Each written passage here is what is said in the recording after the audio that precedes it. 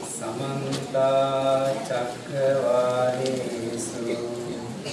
Atra Gaccantu Devata Saddhammam Munirajassa Sunantu Saggha Mukkadam Dhamma Savana Kalo Ayam Gadanta Dhamma Savana Kalo Ayam Gadanta Dhamma Savana Kalo Ayam Gadanta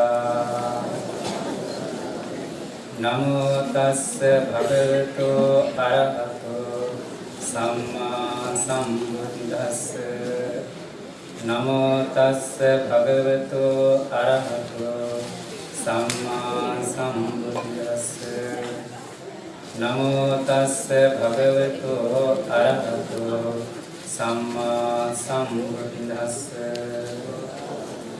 Pancamani bhikkhave indriyani katamani panca Sathindriyam virindriyam Sapindriyam samadindriyam panindriyam Katamanca bhikkhave virindriyam Uda bhikkhave arya savako Aradha viriyo vihati kusalanam dhammanam pahana Apusalanam dhammanam pahanaya Kusalanam dhammanam upasampadaya Dhamava dalha parakramo Anikkitta guru Kusaresu dhammesu uccati Bhikkhave virindriyam Katamanca bhikkhave samadindriyam Nida bhikkhave arya savako Vastakaaramanam karitva labhati samadhi Labhati cittase ekagrata Nidam uccati bhikkhave samadindriyam ti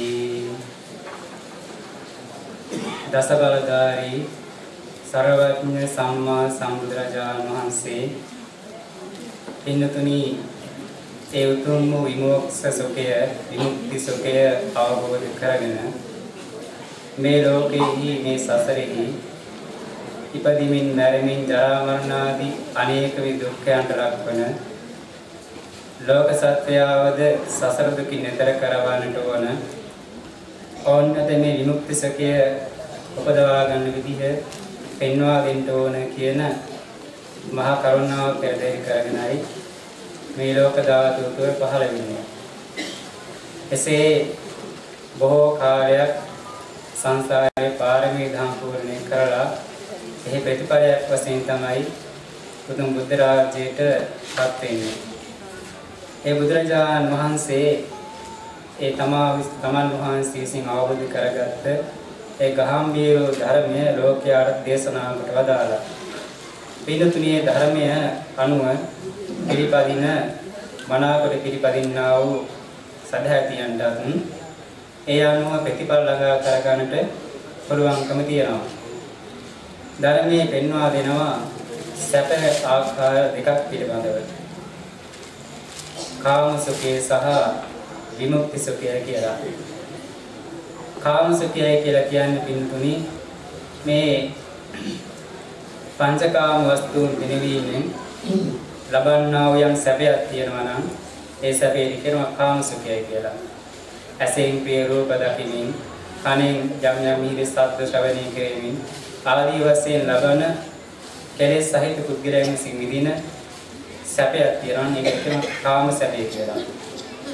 ඒ සැපය භාවිතා නොකළ යුතු, සේවනය නොකළ යුතු සැපයක් කියලායි, ඊන සැපයක් කියලායි තථාගතයන් වහන්සේ දේශනා කරලා තියෙනවා.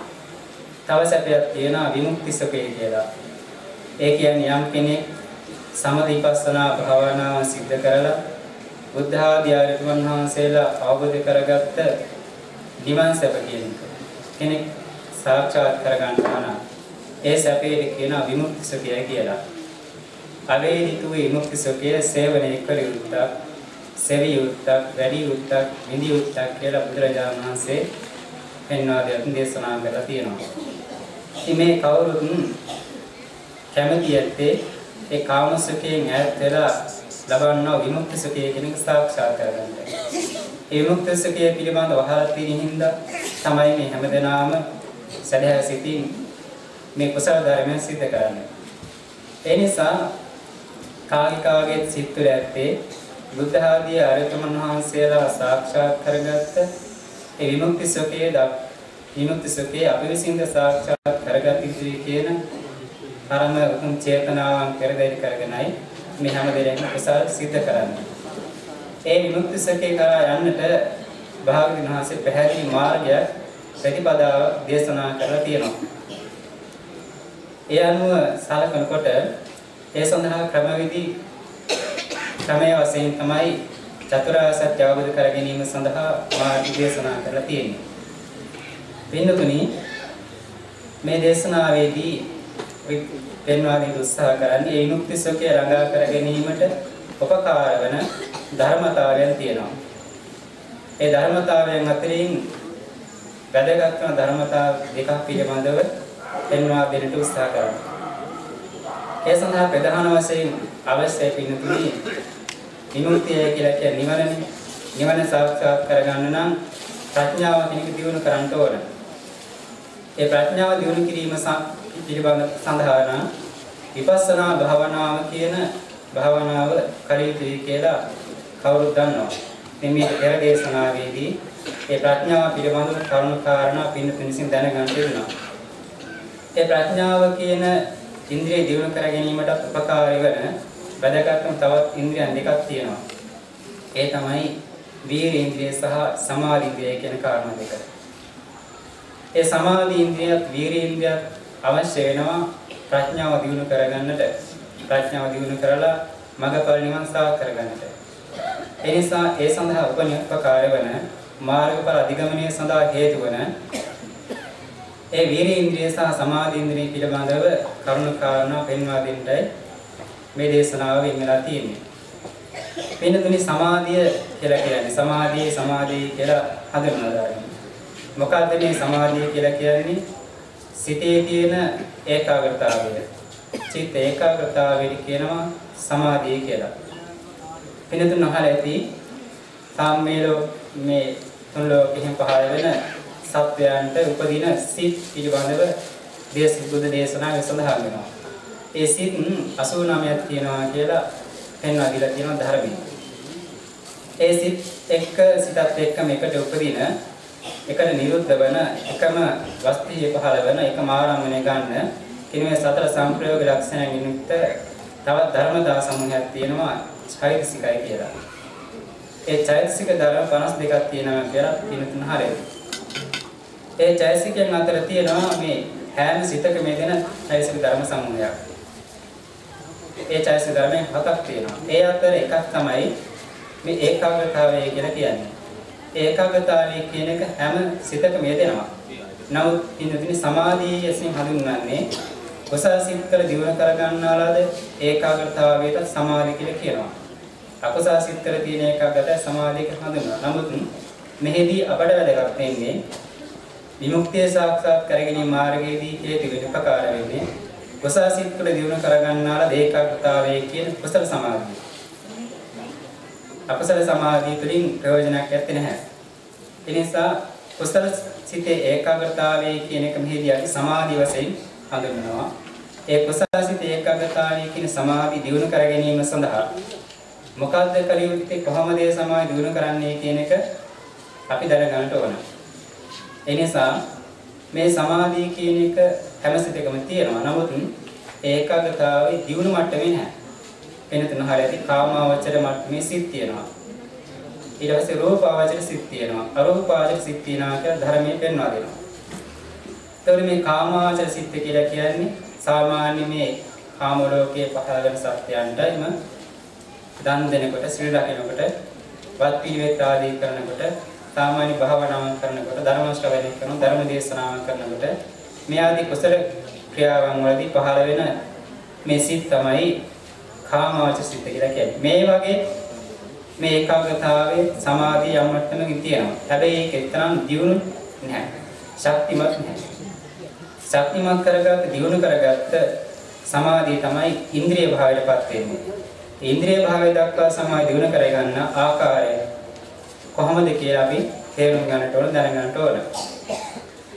ඒ සඳහා ක්‍රම ගණනාවක් බුදුරජාණන් වහන්සේ දේශනා කරලා තියෙනවා. පෙන්වා දීලා තියෙනවා. මේවට කියනවා ධර්මයේ කර්මස්ථානය කියලා. කමඨාන්‍ය කියලා. ඒ සමාධිය දිනු කර ගැනීම සඳහා පෙන්වාදර කර්මස්ථානයන් 40ක් තියෙනවා. ඒ කමඨාන් 40 නම් වශයෙන් සඳහන් කළොත් එහෙම කසින 10ක් තියෙනවා. අනුස්සති 10ක් තියෙනවා. අසුභ 10ක් තියෙනවා. බ්‍රහ්ම විහාර 4ක් තියෙනවා. අරෝප සමාපatti 4ක් තියෙනවා. ආහාරේ පරික්කුල සංඥාව ධාතු වර්තනයක දෙකක් තියෙනවා. කසින 10 කියන්නේ පඨවි කසිනිය, ආපෝ කසිනිය, තේජෝ කසිනිය, වායෝ කසිනිය කියලා මහා භූත වශයෙන් කසින 4ක් තියෙනවා.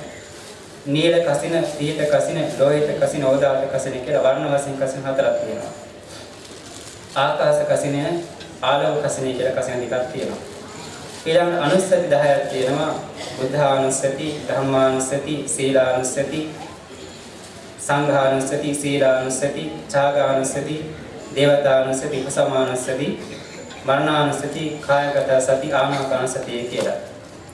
ඊළඟට අසුබ 10ක් තියෙනවා. උද්දුමාවතක, විනීලක, විකුප්පක, විච්චිත්තක, වික්ඛායතක, වික්කිත්තක, හත වික්කිත්තක, ලෝහිත, පොළවක ටිකයි කියලා.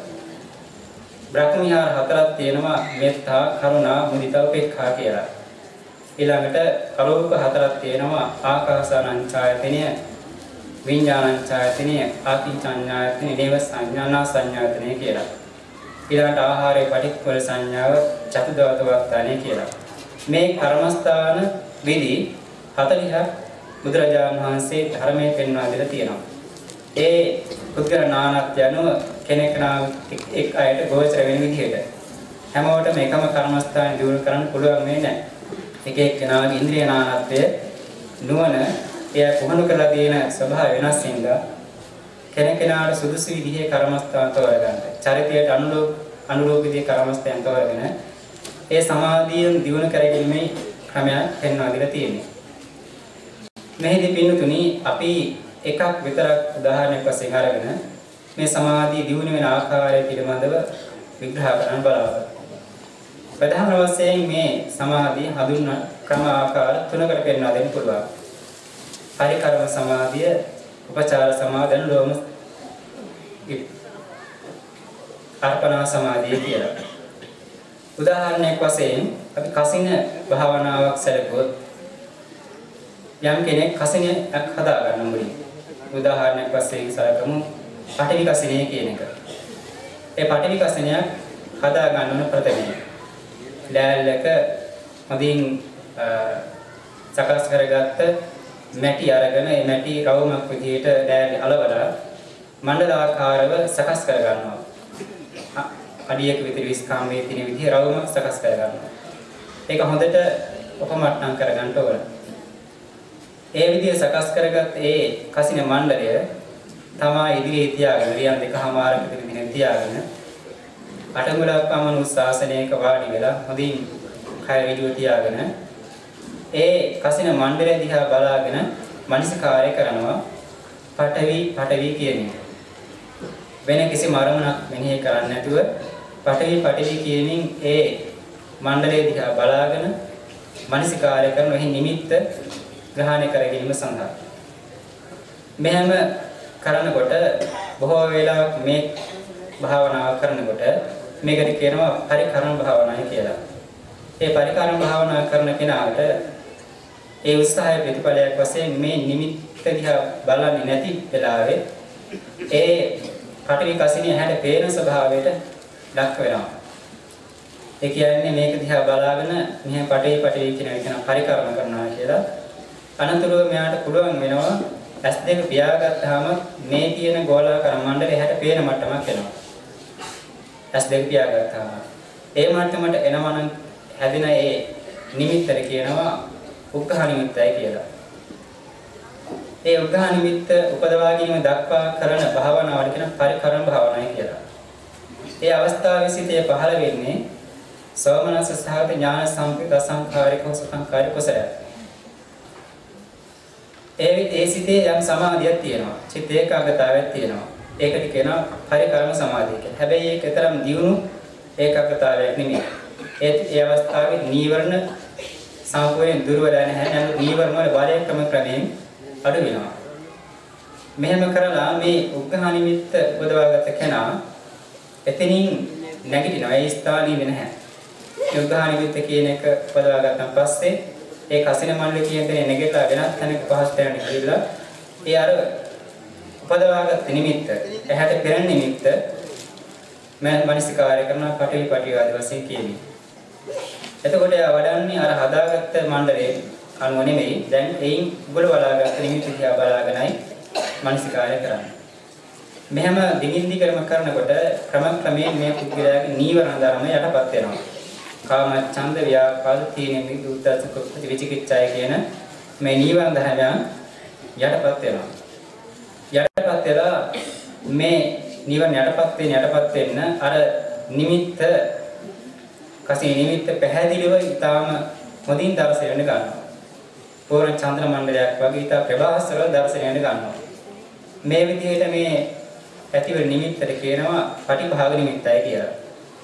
අර පරිකර්ම භාවනා කරලා ලබාගත් උග්ඝහ නිමිත්ත ඉඳලා මේ ඊට ප්‍රභාස්වර පටිභාග නිමිත්ත ඇතිවීම දක්වා කරන භාවනාවට කියනවා උපචාර භාවනාවයි කියලා.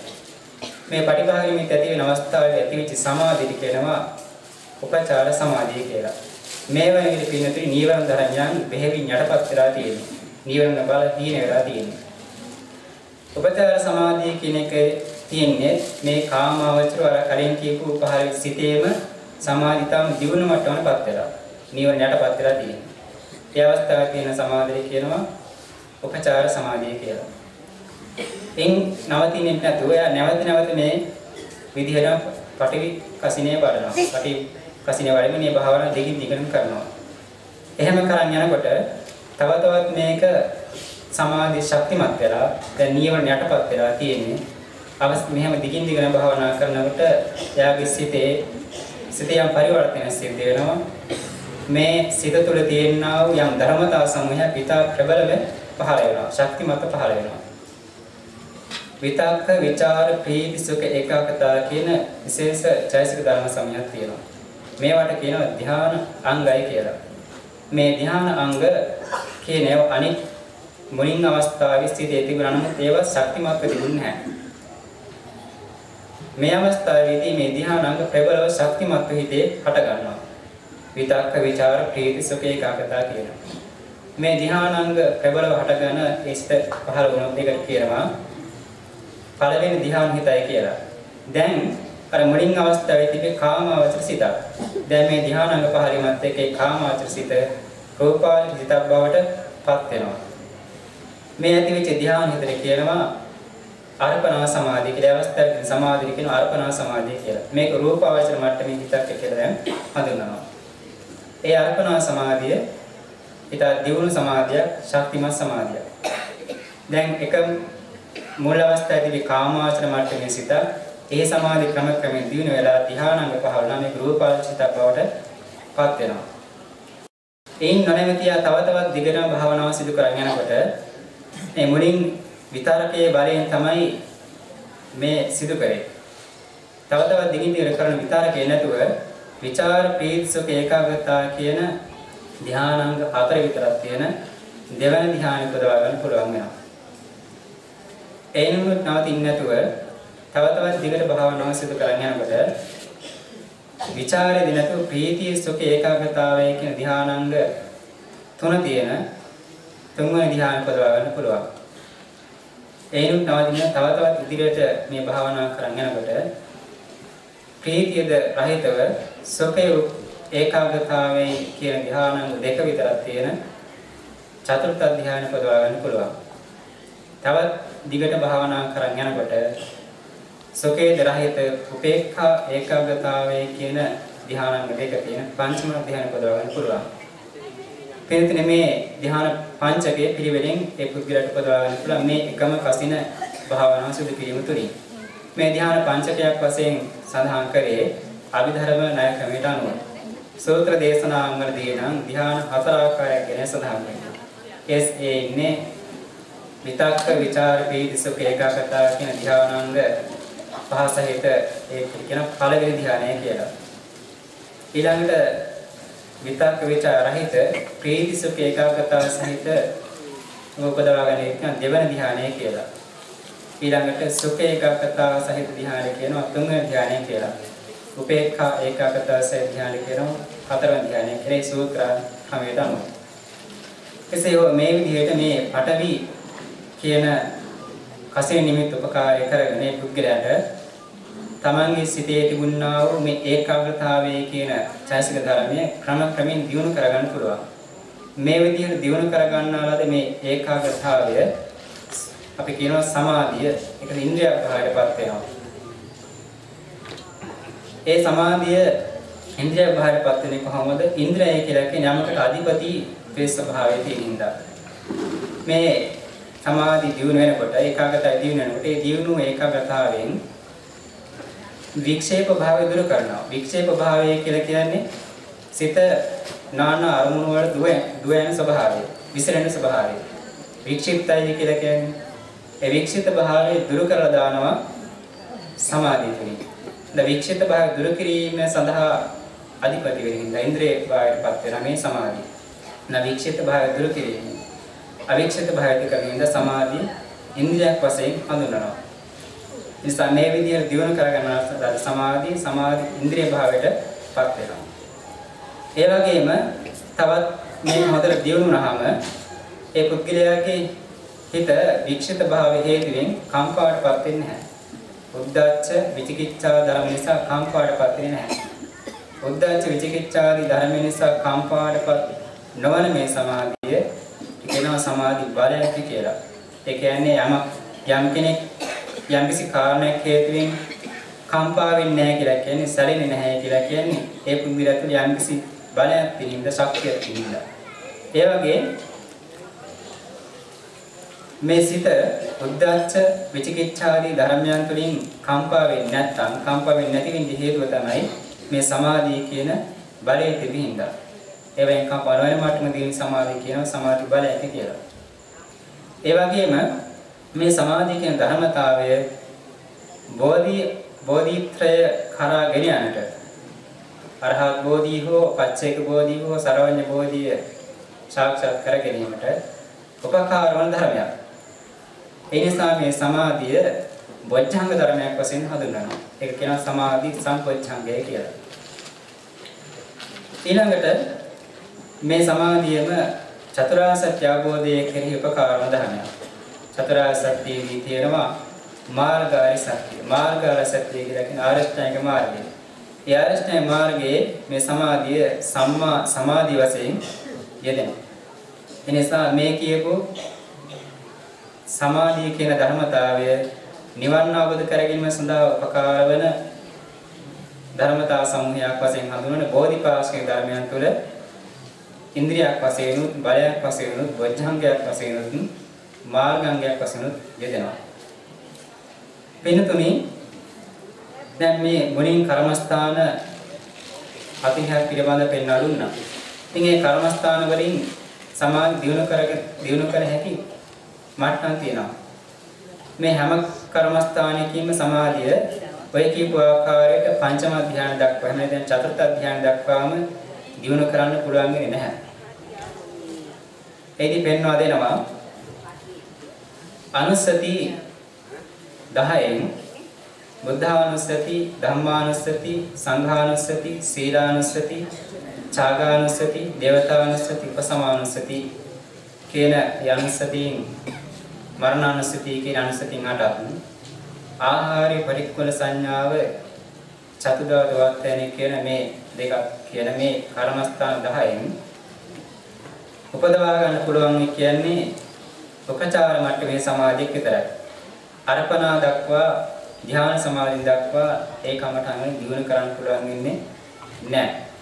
හේතුව ඒ බුදු ගුණ ආදී මනසිකාරකමට ඒවා ගැඹුරින් තව මෙනෙහි කරනවා. ඒ කාර්මුණියෙන් හිත දිගට පාදිනව නෙමෙයි.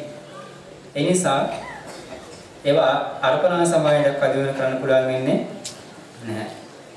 ඊළඟට අසුබ 10ක් තියෙනවා කියලා පෙන්වන්නේ බුදුමාතක විනීලක ආදි වශයෙන්. ඒ අසුබ 10 කායගත සතිය කියන්නේ මේ ගතින් සාගර භාවන කොටස් කාය කොටස් මෙහි කරන භාවනාවක් කියන මේ කර්ම පුරාණය කියන පළවෙනි ධ්‍යාන දක්වා හිත දියුණු කරන්න. එන්හාට ඒ දියුණු කරන්න පුළුවන් වෙන්නේ නැහැ කියන ඒ කමඨාන භාවිතය. කමඨාන භාවිතය. ඊළඟට කසින 10ක් තියෙනවා. ඒ කසින 10ත් ආනාපාන සති භාවනාවක් කියන මේ භාවනා කර්මස්ථාන 11යි පුළුවන් කියනවා. පංචම ධ්‍යාන දක්වා හිත දියුණු කරන්නට. අනික් ක්‍රමයෙන් කියවනම් චතුර්ථ ධ්‍යාන දක්වා හිත දියුණු කරන්න පුළුවන්කම තියෙනවා. ඒ චතුර්ථ ධ්‍යාන දක්වා හිත දියුණු කරපු කෙනෙක් නැත්නම් පංචම ධ්‍යානයේ උපේක්ඛා ඒකාග්‍රතාව කියන සමාධිය තියෙන ධ්‍යානය දක්වා හිත දියුණු කරපු කෙනෙකුට අරූප ආරම්මණය උපකාරී කරගෙන අරූප සමාපත්තිය ප්‍රදාන පුළුවන්. අරූප සමාපත්තිය කියලා කියන්නේ දැන් මේ මුලින් කියපු ධ්‍යාන පහ රූපාවචර ධ්‍යාන වශයෙන් හඳුන්වන්නේ. රූපාවචර ධ්‍යාන. ඒක හේතුව ඒ ධ්‍යානයන් උපදවාගත කෙනෙක් මනුස්සයෙක් වශයෙන් ඉඳලා ඒ ධ්‍යාන උපදවාගත කෙනෙක් ඒ ධ්‍යාන නොපිරිහි කලොවේතවොත් ඒ පුද්ගල එහි විපාක වශයෙන් උපදින්නේ රූපාවචර බ්‍රහ්ම ලෝකේ. ඒ ධ්‍යානයට අනුරූපව බමතරයන් තියෙනවා. ඒ බමතරයන් තුළ උපදිනවා. ඒ බ්‍රහ්මයන් රූපයක් තියෙනවා. ඒ නිසා රූපාවචර බ්‍රහ්මයන් හඳුන්වන්නේ. ඒ පංචම ධ්‍යාන දක්වා දියුණු කරපු කෙනා අර අරූප ආරම්මන උපකාරී කරගෙන අරූප සමාපatti පදවා ගන්නවා.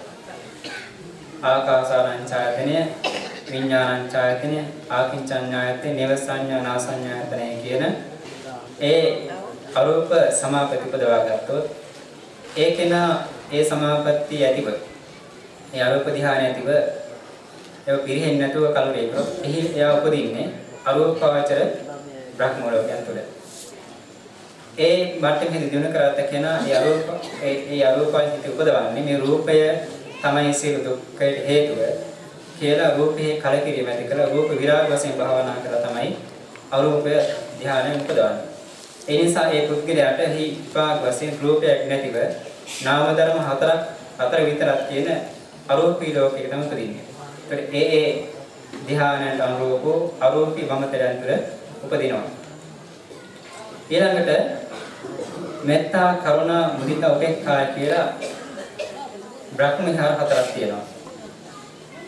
මේ බ්‍රහ්ම විහාර හතරෙන් මෙත්තා කරුණා මුදිතා කියන බ්‍රහ්ම විහාර තුන භාවිතයෙන් පුළුවන් කියනවා. ඒ පංචම ධ්‍යාන නායකමයට අනුව නම් හතරවන ධ්‍යාන දක්වාද චතුර්ථ නායකමයට අනුව නම් තුන්වන ධ්‍යාන දක්වාද හිත දියුණු කරන්නට. ඒවා තුළින් උපේක්ඛා ඒකාග්‍රතාවය කියන පංචම ධ්‍යාන ප්‍රදාන්න බෑ. ඒ මෙත්තා කරුණා මුදිතා කියන බ්‍රහ්ම විහාර තුළින් තුන්වෙනි ධ්‍යාන දක්වා නැත්නම් හතරවෙනි ධ්‍යාන දක්වා හිත දියුණු කරාට කෙනාට උපේක්ඛා භාවනා සිදු කරලා උපේක්ඛාව කියන බ්‍රහ්ම විහාරය වඩලා යාට පුළුවන් උපේක්ඛා ඒකාග්‍රතාවය කියන පංචම ධ්‍යානය නැත්නම් හතරවෙනි ධ්‍යානය උපදවා ගන්න. මෙන්න මේ ආකාරයෙන් තමයි ඒ කර්මස්ථාන හතරෙහිම ධ්‍යාන සමාධි උපදවාගත හැකි ආකාරය පෙන්වා දෙන්නේ. ඉතින් මේ විදිහට ඒ සමාධිය පිළිබඳව දත යුතු වෙනවා. පිළිතුරේ මේ සමාධිය කියන කාරණය බුදුරජාණන් වහන්සේ අභිධර්ම පිටකයේ ධම්මසංගණී පාළිහි මේ විදිහට පෙන්වා දෙනවා. තතකතමං සමාධි යචිත්තස ඉති සම්පිති අවට්ඨිති අවිසහාරෝ අවික්ඛේපෝ අවිසහටමාන සතා සමතෝ සමාධි ඉන්ද්‍රියං සමාධි බලං සම්මා සමාධි කියලා. මේ එකම සමාධිකේ ධර්මතාවය විවිධ නම් වලින් හඳුන්වනවා. ඉතින් ආරම්භයේ නිසරව පවතින ස්වභාවයෙන් ඒකට කියනවා තිතියයි කියලා. ඒ වගේම මේ සංකේත ධර්මයන් ආරම්භයේ හොඳින් වඩලා තියෙන හින්දා කියනවා සම්තික්ඨති කියලා. ආරමින බැසගෙන මනාව පිහිටින් හින්දා කියන අවට්ඨිතී කියලා. උද්ධච්ච විචිකිච්ඡා වශයෙන් වෙනස් වෙන්නේ නැති හින්දා අවිසහාරෝ කියලා කියනවා. ඒ වගේම උද්ධච්ච විචිකිච්ඡා ස්වභාවයට යන්නේ නැතිව පවතින හින්දා අවික්ඛේපෝ කියලා කියනවා. ඒ වගේම උද්ධච්ච විචිකිච්ඡා ස්වභාවයෙන් කම්පාටපත් වෙන්නේ නැති වෙනස් වෙන ස්වභාවයෙන් අවිසහාර මානසෝ කියලා කියනවා. ඒ වගේ මේ සමාධියම සමාධි ඉන්ද්‍රියක් වශයෙන් හඳුනනවා අර විදිහට උද්ධච්ච විචිකිච්ඡාව නැති කරලා දාන හින්දා වික්ෂේප දුරු කරලා දාන හින්දා සමාධි ඉන්ද්‍රියක් වශයෙන් හඳුනනවා. ඒ වගේම උද්ධච්ච විචිකිච්ඡාදීන් කම්පා නොවන හින්දා සමාධි බලයක් වශයෙන් කියනවා. ඒ වගේම මේක මාර්ගයේ දෙන හින්දා මාර්ගාංගයක් වශයෙන් හඳුන්වනවා. සම්මා සමාධිය කියන හඳුනන. ඒ වගේම ලෝකෝත්තර මාර්ගයේ යෙදෙන හින්දා සම්මා සමාධිය කියන මාර්ගාංගයක් වශයෙන් හඳුන්වනවා. ඒ වගේම ලෝකෝත්තර සිත්වලදී වජ්ජාංග ධර්මයක් වශයෙන් යෙදෙන හින්දා සමාධි සම්පජ්ජංගය වශයෙන් හඳුන්වනවා. මේ මුලින් කියපු සමාධිය ඉන්ද්‍රිය භාවයෙන් බල භාවයෙන් සම්මා සමාධිය කියන මාර්ගාංගයක් වශයෙන් සාමාන්‍ය කාමාචර සිත්වලත් රූපාවචර සිත්වලත් අරූපාවචර සිත්වලත් යෙදෙනවා. නමුත් සමාධි සම්පජ්ජංගය කියන එක වශයෙන් සහ මාර්ගාංගයක් වශයෙන් මාර්ග පරියපන ධර්මයක් වශයෙන් සමාධිය දෙන්නේ ලෝකෝත්තර මාර්ග ඵල සිත්වල. මේ සමාධියෙන් කෙරෙන්නේ පින්නතුනි සමාධියෙන් කරන කාරණා වෙන්නේ වික්ෂේප භාවය දුරු කරන එක තමයි සමාධිය ලක්ෂණ. වික්ෂේප භාවය නැතික බව. වික්ෂේප භාවය දුරු කිරීම තමයි සමාධියේ කෘත්‍ය වෙන්නේ. වික්ෂේප භාවය දුරු කිරීම. සමාධි නිසා ඒ කුද්ධිරට වැටෙන දෙයක් තියෙනවා. ඒ තමයි තමා වික්ෂිප්ත නොවන බව. එහෙම නැතිනම් උද්ධච්ච විචිකිච්ඡාවෙන් කම්පා නොවන බව තමයි සමාධි නිසා ඒ කෙනාට වැටෙන කාරණය. යම් කෙනෙක් තමන්ගේ හිත දියුණු වෙනකොට එයාගේ හිත උද්ධච්ච කුච්චෙන් සැරෙන්නේ නැතිනම් ඒ සමාධිය දියුණු වෙනකොට ඒකෙන් ඒ පුද්ගලයා වැටහෙනවා තමන්ගේ සමාධිය දියුණු මට්ටමක් තියෙනවා කියලා. සමාධි ඉන්ද්‍රිය භාවයට බල භාවයට පත් වෙලායි කියලා. ඒ වගේම තමයි සමාධි උපදවා ගැනීමට හේතු වන ආසනතම කාරණයක් තියෙනවා. ඒ ආසනතම කාරණාව සෙපෙන්වා දෙන්නේ සොකේ තමයි සමාධි උපදවා ගන්නට හේතු වන ආසනතම කාරණේ කියලා. සොකේ නැතිනම් සමාධිය තියෙන්නේ නැහැ. සොකිනෝ චිත්තං සමාධිති කියලා ධර්ම පෙන්වා දෙනවා. සොකේ ඇති කරේ තමයි සමාධිය තියෙන්නේ. එතෙන්දී පෙන්වා දෙන පින්නතිනි විනය කියන එක නැත්නම් සීලය කියන එක අවිපරිසාරයේ විනසිහ වෙනවා. සීල අවිපරිසාරය. අවිපරිසාරයේ තියෙන අවිපරිසාරය කියන්නේ නිපිරිසර වෙන්නේ. ඒ කියන්නේ යම් කෙනෙක් පිරිසුදු ලෙස සීල ආරක්ෂා කරනවා නම් ඒක නා විපරිසර බාහිරපත් වෙන්නේ සීලය. විපරිසර නොවි තමන් සිතරක් ගන්න පුළුවන්. තමන් අතින් වැරදි වුණා, මේ විදිහ අකුසල වුණා, ප්‍රාණඝාත වුණා, අදත්තා වුණා ආදී වශයෙන් හිත චංචල බාහිරපත් වෙන්නේ මනාව ප්‍රශ්න දකින්න කෙනා විපරිසර වෙන්නේ නැහැ. ඒ සීල රැකීමේ ආනිසංසයක් වශයෙන් විපරිසර නොවීම ගැන පෙන්වා දෙනවා. එතකොට සීලය නැත්නම් විනය කියන එක විපරිසර නොවීම නිසා පවතිනවා. විපරිසර නොවන කෙනා අයිපරිසර ඇති කෙනාට ප්‍රාමෝච්ඡය තියෙනවා. සිතේ ප්‍රාමෝච්ඡය තියෙනවා. ප්‍රාමෝච්ඡය තිබුණාන් පස්සේ ප්‍රාමෝච්ඡ හේතු කාරණා කරගෙන සිත පිනාන ස්වභාවය තියෙනවා. සිතේ ප්‍රීතිය ඇති වෙනවා. ප්‍රීතිය ඇති කෙනා කායික සුඛය ඇති වෙනවා. ප්‍රීති මනස කාය පස්සද්ධිය තියෙනවා. කාය පස්සද්ධිය ඇති කෙනාට පස්සද්ධ කාය සුඛං වේදිතී පස්සද්ධිය ඇති කෙනා සුඛය විඳිනවා. කෙනා සුඛය තියෙන කෙනා සුඛිනෝ චිත්තං සමාධියදී සුඛය ඇති කෙනා සමාධියේ තපත් වෙනවා. නම් සුඛය කියන එක සමාධි උපදීමට ආසන කාරණ වෙනවා. සමාධිය ඇති කෙනා සමාහිතෝ වික්ඛය යථාභූතං පජානාති. සමාධිය ඇති කෙනා යථාභූත ඥාන දර්ශන උපදවාගෙන හේතු වෙනවා. යථාභූත ඥාන දර්ශන ඇති කරගත කෙනා කලකිරීම නිසා හේතු වෙනවා. යථාභූත ඥාන දර්ශනය. කලකිරුණ කෙනාට විරාගය නිසා හේතු වෙනවා. විරාගයේ විමුක්තිය නිසා හේතු වෙනවා. විමුක්තිය ඥාන දර්ශනය නිසා හේතු වෙනවා. විමුක්ති ඥාන දර්ශනයේ අනුපාදා පරිනිර්වාණය නිසා හේතු වෙනවා. මෙන්න මේ විදිහට සමාධිය කියන එක අනුපාදා පරිනිර්වාණය දක්වාම හේතු වෙන ආකාරය ධර්මයේ පෙන්වා දෙනවා.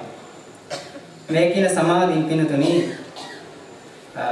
මේ විදිහට මේ කියපු සමාධිය අපේ సంతානිය තුළ දියුණු කරගත යුතු වැඩි යුතු ධර්මතාවය. ඒ සඳහා ඔය කියපු විදිහේ යම්කිසි සමත භාවනා ක්‍රමයක් අපි අනුගමනය කරන්න ඕන. ඒ කර්මස්ථාන වශයෙන් අපෙන්වා දීලා තියෙන්නේ මේ ආරම්භණය මානසිකාරය කිරීම තුළින් ආරම්භණය තුළින් සිත් ඒකකතාවය ඇති කරගන්න පුළුවන්. දැන් ඔය කර්මස්ථානය කියලා පෙන්වා දුන් යම් ආරම්භන ධර්මයක්. ඇසෙන් දකින්න දැකලා මානසිකාරය කරන්න පුළුවන් ආරම්භය. නැත්නම් මනසෙන් විතරක් මානසිකාරය කරන්න පුළුවන් ආරම්භණය. ආරම්භන කියලා කියනවා මෙතන උදාහරණ ඇති. මේ ඇසෙන් දකින රූප, කනෙන් අහන ශබ්ද ආදී මේවට කියනවා ආරම්භන කියලා. ඒ ආරම්භන ලෝකේ හැමදෙම තියෙන දෙයක්. අපි සත්‍ය පුදුර මේ චක්කාදී ඉන්ද්‍රියන් තුළින් ඒ ආරම්භන ධර්මයන් ග්‍රහණය කරගන්න. ඇසෙන් රූප දකින, කනෙන් ශබ්ද අහනවා. ඒ පංච ආයතන තුළින් නැත්නම් පංච ඒවා ඒ කියන පංච ඉන්ද්‍රියන් තුළින් නැත්නම් පංච ආයතන තුළින් මේ ආරම්භනයන් ග්‍රහණය කරගන්නවා, ගෝචර කරගන්නවා. ඒ ආරම්භන ස්වභාවයේ සාමාන්‍ය ස්වභාවය තියෙන්නේ. යම් කෙනෙකුට ඒ ආරම්භය දකින්න කෙනාට ඒ ආරම්භය තුලින් අකුසලයක් උපදවා ගන්නත් පුළුවන්, කුසලයක් උපදවා ගන්නත් පුළුවන්. ඒ පුද්ගලයා ආරම්භණය මානසිකාරණය කරන විදිහ මත තමයි ඒ කුසලයක් බාරපත් වෙන්නේ, අකුසලයක් බාරපත් වෙන්නේ. එහෙම නැතුව ආරම්භණේ කුසල අකුසල ස්වභාවයක් ඇත්තේ නැහැ. යම් කෙනෙක් වර්තමාන අවස්ථාවේ ඇහෙන් රූපයක් දැකලා මේ රූපයක් දැකලා ඒ රූපය අනුව අනිසෝමනසිකාරය කරොත් එහෙම ඒ කෙනාට ඒ රූප ආරම්භන හේතුවෙන් උපදින්නේ අකුසලයක්. ලෝභය හෝ ද්වේෂය. ඒ ආරම්භනේ යෝනිසෝමනසිකාරය කරොත් එහෙම මේ පුද්ගලයාට ඒ ආරම්භන හේතු කාරණා කුසලයක් උපදවා ගන්න පුළුවන්. ඉතින් මේ සාමාන්‍ය බුදුරජාණන් වහන්සේ මේ කර්මස්ථාන වශයෙන් පෙන්වා දීලා තියෙන්නේ සාමාන්‍ය ලෝකයාට අකුසල ධර්ම උපදීන ප්‍රමාණතාවය අඩු කුසල මට්ටමක දියුණු කරන්න පුළුවන් මට්ටමේ ආරම්භය. සාමාන්‍ය කිව් පඨවි කසිනිය නම් පොළව කියන පඨවි කියන ආරම්භය හේතු කාරණා කරගෙන කෙනෙකුට අකුසල උපදීන අවස්ථාවේ එයාට ඒක කුසල දියුණු කරගන්න උපනිෂ්ඨ වෙන එක. බුදුගුණ මානසිකාරය කරන කෙනාට අකුසල උපදීන්නේ නැහැ. ඒක කුසල ආරම්භ කුසල මානසිකාරය. මේ විදිහේ ආරම්භණයන් තුළින් පුළුවන් වෙන අපේ සිත ඒකාග්‍රතාවයේ දියුණු කරගන්න, සමාධි දියුණු කරගන්නට. මේ සමාධි දියුණු කර ගැනීම කරනකොට අපට අවශ්‍ය වෙන වැදගත් වෙන තව ධර්මතාවයක් තියෙනවා. මේ සමාධි භාවනාව කරන්නට වේවා චතුරාර්ය සත්‍ය අවබෝධය සඳහා හේතු නිදර්ශනා භාවනා කරන්නට වේවා අවශ්‍ය වෙන තවත් වැදගත් ධර්මතාවයක් තියෙනවා. තවත් මේ වීරිය කියන ධර්මතාවය. වීරිය නැතිනම් මේ කවර දෙයක්වත් අපි කරන්නේ නැහැ. දැන් වීරිය මුල් කරගෙන තමයි මේ සමාධි භාවනාවන්ද විපස්සනා භාවනාවන්ද හැම කුසලයක්ම සිද්ධ කරන්නේ. දැන් කෙනෙක් විසින් දන් දෙනවා නම් ඒ දන් දීම සඳහාද, සීල රකින්නවා නම් සීල රැකීම සඳහාද, ධර්ම ශ්‍රවණය කරනවා නම් ධර්ම දේශනා කරන ඒ සඳහාද මේ කියන සෑම කුසලයක්ම සිදු කරන්නට වීරිය උපකාරී වෙනවා. වීරිය හේතු වෙනවා. වීරයෙන් තර පුද්ගලයා කියලා කුසීත පුද්ගලයා කියලා කුසීත පුද්ගලයාට මේ කිසිම කුසලයක් කරන්න පුළුවන් වෙන්නේ නැහැ. කුසල කිරීම සඳහා ප්‍රමුඛ වන තව දෙයක් තමයි වීරය කියලා හඳුන්වන්නේ. වීරයන්ගේ ස්වභාවයක් තමයි වීරය කියලා කියන්නේ.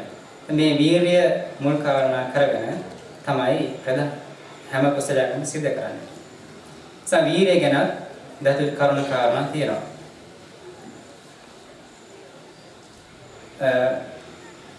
මේ විදිහට අපේ సంతානය දැන් කුසීත භාවයෙන් දුරු කරගෙන දිගට මේ කුසලයන් සිදු කරන්න අවශ්‍ය කාරණා තමයි වීරය කියලා කියන්නේ. ධර්මයේ පෙන්වා දෙනවා අති වික්‍රේ ආරම්භක ධාතු, නික්ඛම ධාතු, පරක්කම ධාතු. තාත්ත යෝනිසෝ මනසිකාර බහුලීකාරෝ අයමහ අනුපන්නස්ස විරේ සම්පෝඥංගස උපාදාය උපන්නස් විරේ සම්පෝඥංගස බියෝ භාවයේ කුල්ලයි භාවනාය පාරිපූර්ණයි කියලා. වීර්යය ගැන සඳහන් කරනවා ධර්මයේ ආරම්භක ධාතු, නෙක්ඛම ධාතු, පරක්කම ධාතු කියලා තියෙනවා. ඒ අනුව නුවණින් මෙනෙහි කරන කෙනාගේ නෝපන්නා වූ වීර්ය සම්පෝඥංගේ උපදවා ගන්නට, උපන් වීර්ය සම්පෝඥංගේ වඩා දියුණු කර ගන්නට, භාවනාවෙන් වර්ධනය කර ගන්නට හේතු වෙනවා කියලා. මොකද්ද ආරම්භක ධාතුවයි කියලා කියන්නේ? යම් කුසලයක් පටන් ගන්නට යම් භාවනාවක් සම්පතිපස්සන භාවනාවක් ආරම්භ කරන්න යෙදෙන දීර්ඝ කියන ආරම්භක ධාතුවයි කියලා. ඒ ආරම්භක ධාතුව මුල් වෙලා තමයි යම් කෙනෙක් කුසලයක් ආරම්භ කරන්නේ. ඒ ආරම්භක ධාතුව නැතිනම් කිසිම කුසලයක් කරන්න ඉදිරිපත් වෙන්නේ නැහැ. හින්දා ප්‍රධාන මුලින්ම ආරම්භක ධාතුව කෙනෙක් අවශ්‍යයි. ආරම්භක ධාතුව ඇති කරගෙන ආරම්භ කරන යම් භාවනා ක්‍රමයක් සමත විපස්සනා. එහෙම කරන් යනකොට යාගේ සිතේ තියෙන දැන් මේ කාම ඡන්ද ව්‍යාපාද ආදී මේ කෙලෙස් ධර්මයන් දුර කරගන්න ශක්තිය තියෙන්න ඕනේ. ඒවා දුර කරන්න පුළුවන් වෙන්න ඕනේ. ඒ සඳහා වීරියෙන් යුක්තව කටයුතු කරන්න ඕනේ. ඒතකොට මේ අකුසල ධර්මයන් දුර කර ගැනීම සඳහා කෙලෙස් ධර්මයන් හිත මුදවා ගැනීම සඳහා අවශ්‍ය මට්ටම දියුණුණු වීරියට කියනවා නෙක්ඛම්ම ධාතු කියලා. එහෙම දැන් කෙනෙක් හිතන්න මේ පඩවි කසිනිය හෝ යම් භාවනා ආරම්භණයක් ආරම්භ කරන භාවනාව වශයෙන් සමත භාවනාව වශයෙන්. ඉතින් ඒ ආරම්භක ධාතු තියෙන අවස්ථාවේ. එයා මේක දෙකින් දෙකම දියුණු කරන් යනකොට දැන් අර නිවන ධර්මයෙන් ක්‍රමයෙන් යටපත් වෙනවා. දැන් නෙක්ඛම්ම ධාතු ඇති වෙනවා. නෙක්ඛම්ම ධාතු වෙච්ච කෙනා ඉතින් නවත්තලා දැම්මොත් එහෙම ඉතින් එහාට ලබන්න ඕන ප්‍රතිඵල ලබා ගන්න පුළුවන් වෙන්නේ නැහැ. ඒ නිසා ඉදිරියට ප්‍රතිඵල ලැබෙන තාම මේ නිෂ්ඨාවට පැමිණෙන තාම දිගටම සිදු කරගෙන යන්න ඕන. දිගටම සිදු කරගෙන අවශ්‍ය මේ වීරිය කියනවා පරක්කම ධාතුයි කියලා. සමේ ආරම්භක ධාතු, නෙක්ඛම්ම ධාතු, පරක්කම ධාතු කියන මේ වීර්ය අවස්ථා තුනම හරියට සිදු කරොත් තමයි පුළුවන්කම තියෙන ඒ කියනවා යම් සමත භාවනාව. වඩාන්නේ සමත භාවනාව වඩලා ඒ ප්‍රතිඵල ළඟා කරගන්න පුළුවන් වෙන්නේ. යම් විදර්ශනා භාවනාව සිට විදර්ශනා භාවනාව වලින් මාර්ග ප්‍රතිගමනය කරගන්න පුළුවන්කම තියෙනවා. නිසා මේ ආරම්භක ධාතු, නෙක්ඛම්ම ධාතු, පරක්කම ධාතුවේ කියපු මේ වීර්ය අවස්ථා තුන මේ හැම කුසලයක් සඳහාම අවශ්‍ය වෙනවා. පින්නතුනි වගේම දැන් වීර්ය කියන එක දියුණු කරන්න ඕන. වීර්ය කියන එක දියුණු කරන්න. ඒ සඳහා යා මුලින් ආරම්භ ධාතු ඇති කරගෙන මේ නෙක්ඛම්ම ධාතු ඇති වෙන දක්වා උත්සාහ කරන්න ඕනේ. උත්සාහය තියෙන්න ඕනේ. වීර්ය කියන එක අපි තවහඳන උත්සාහය කියලා. උත්සාහවත් වීම. එතන මේ වීර්යයෙන් කරන්නේ මොකද්ද? වීර්යක ධර්මතාවයෙන් ඒ පුද්ගලයා කුසීත බය මුදවා ගන්නවා. කුසීත බය මුදවලා කුසලෙහි යොදවනවා. විපස්තම්බනය කරනවා. කුසලයේ ඔසවා තබනවා. කුසලයේ ඔසවා තබන ස්වභාවය, කුසලයේ යොදවන ස්වභාවය වීර්යයේ සිදු කරනවා. එඳා කුසලෙහි යොදවන්නට වීර්යකෙන් ධර්මය අවශ්‍යයි. වීර්යයේ මුල්‍ය වීර්යයෙන් තමයි මේ කුසලයේ ඔසවා තබන්නේ. ඒ කුසලයේ ඔසවා තබන සඳහා හේතු වන වීර්ය ඉන්ද්‍රියක් භාවයටපත් වෙනවා. කුසීත බව මැඩලෙන හේතුවෙන් වීර්ය ඉන්ද්‍රියක් වෙනවා. තවතවත් හොඳට මේ වීර්ය දියුණු වුණාම කුසීත භාවයෙන්, කෝසජ්ජ භාවයෙන්, කම්පා වෙන්නේ නැති ස්වභාවයකට හිත ශක්තිමත් වෙනවා. ඒ විදිහට කෝසජ්ජ භාවයෙන්, කුසීත භාවයෙන් කම්පා නොවන මට්ටමට ශක්තිමත් වෙච්චි වීර්ය බලයක් කියලා හඳුනනවා. ඒ වගේම බෝධීන් ආවද කරගෙන සඳහා බෝධිත්වයේ සඳහා හේතු වන ධර්මයක් වෙන වීර්ය. ඉතින් මේක වීර්ය සම්පෝඥංගයක් වශයෙන් හඳුනනවා. ඒ වගේම ආරෂ්ඨාංග මාර්ගයේද මාර්ගාංගයක් වශයෙන් මේ වීර්ය යෙදෙනකොට ඒක කියනවා සම්මා වායාමයේ කියලා. ඊට අමතරව මේ සති බෝධිපාක්ෂික ධර්මදී මුලින් හම වෙනවා සතර සම්‍යක් ප්‍රධාන වීර්ය කියලා සතර ආකාරයෙන්. ඒ කියන්නේ නෝපා තමන්ගේ සංකාණය තුළ උපන් අකුසල ධර්ම තියෙනවා නම් ඒ අකුසල ධර්මයන් ප්‍රහාණය කර ගැනීම සඳහා එයාට වීර්යයක් අවශ්‍යයි, උත්සාහයක් අවශ්‍යයි. ඒ උත්සාහයට ඒ වීර්යය කියනවා එකක්. ඊළඟට සංකාණය තුළ නූපන්න අකුසල ධර්ම නූපදාම පවත්වා ගැනීම සඳහා උත්සාහය අවශ්‍යයි. ඒක ඊළඟ වීර්යය.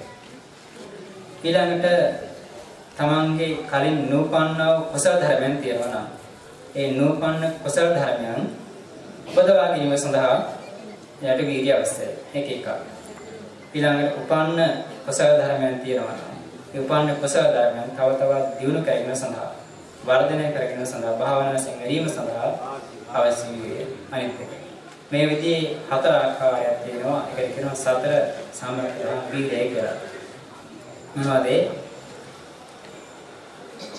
උපන් අකුසල ධර්මයන් දුරු කර ගැනීම සඳහා නූපන් අකුසල නොපදවා පවතින ගැනීම සඳහා නූපන් කුසල පදවා ගැනීම සඳහා උපන් කුසල අභිවෘද්ධි කර ගැනීම සඳහා ඒකත් බෝධිපාක්ෂික ධර්මයන් කරගෙන සතර සම්‍යක් ප්‍රධාන වීර්යය. ඒ වගේම මේ වීර්ය කෙනෙක් හැම වෙලාවම තව ඉර්ධිපාදවලදී ඉර්ධිපාද වශයෙන් හැම වෙලාවම.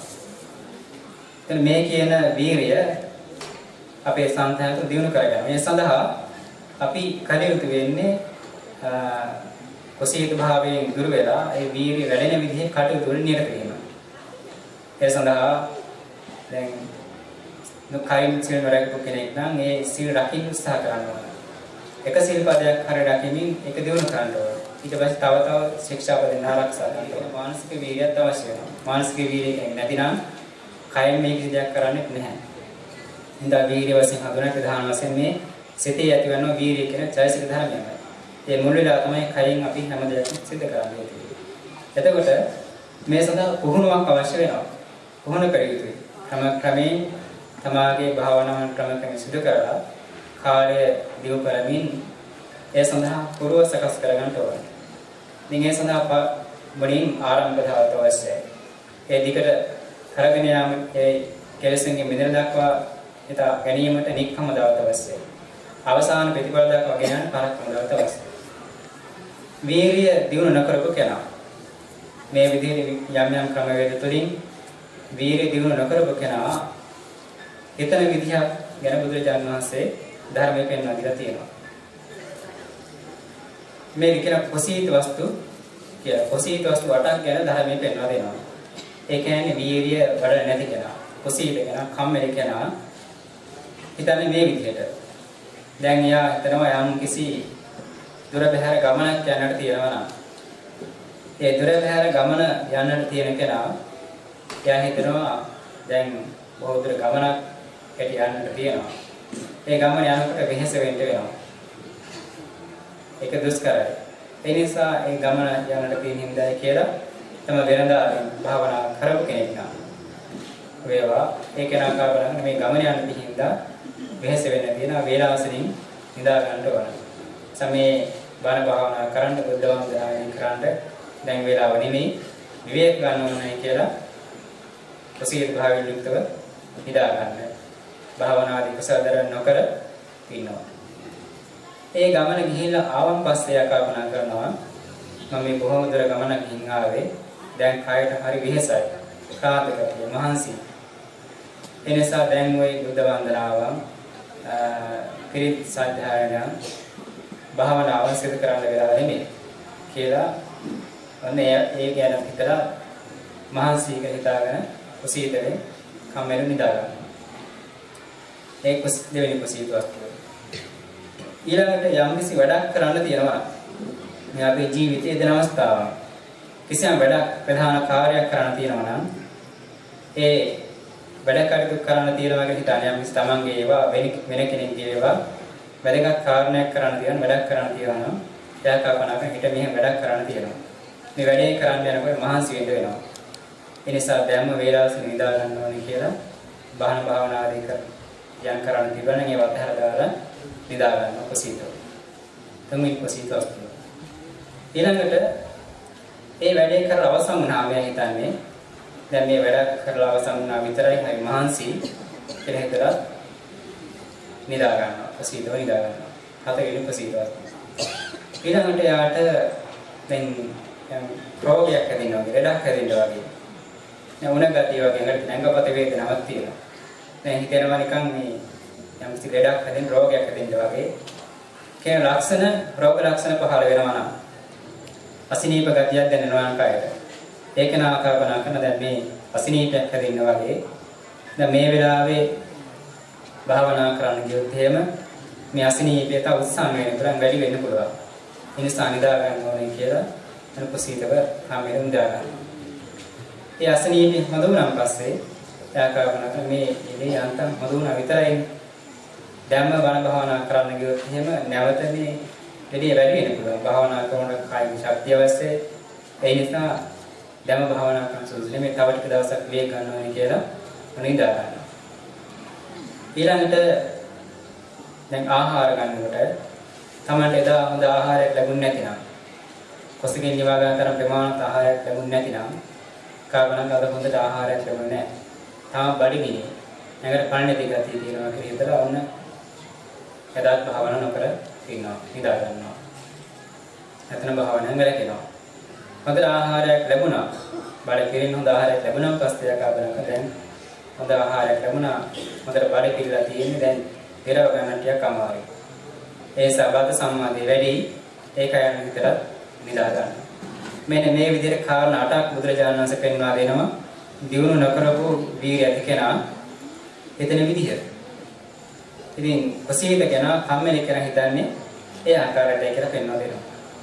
නමුත් යම් කෙනෙක් මේ වීර්ය දියුණු කරගත්තොත් භාවනා ක්‍රම තුළින් උත්සාහ කරලා නැවත වීර්යෙන් කටයුතු කරලා දියුණු කරගන්න මේ ඉන්ද්‍රිය මට්ටමට දියුණුණු වීර්ය ඇති කෙනා ඒ විදිහට නෙමෙයි හිතන්නේ. යා කල්පනා කරනවා මේ ගමනක් යන තියලා නම් හිතෙනවා මට හෙට ගමනක් යන්න තියෙනවා. ඒක නොවැළැක්වෙන ගමනක්. ඒ ගමන යනකොට මට වෙනදා කරපු සමතිපස්සනා භාවනාව කරන්න වෙන්නේ නැහැ. ඒ නිසා දැන් එක කරන්න ඕන කියලා වෙන කුඩා කටයුතු තියනවා නම් දැන් ගෙදර අය වේවා යම් කතා බස් කරන් තිබුණා නම් වෙනත් තමන්ගේ සුළුසුළු කාරණා මේවා අත්හැරලා හෝ නිදා ගන්න තිබුණ කාලය අඩු කරලා හරි භාවනා කරන මොකද ගමන යන්න තියෙනකොට බාන භාවනා කරන්න වෙන්නේ නැහැ. භාවනා කරන්න තියෙන ගුණ දිනු කරන්න තියෙන කාලය තමයි නැති වෙන්නේ කියලා හිතලා භාවනා කරනවා. සමතිපස්සනා වඩනවා.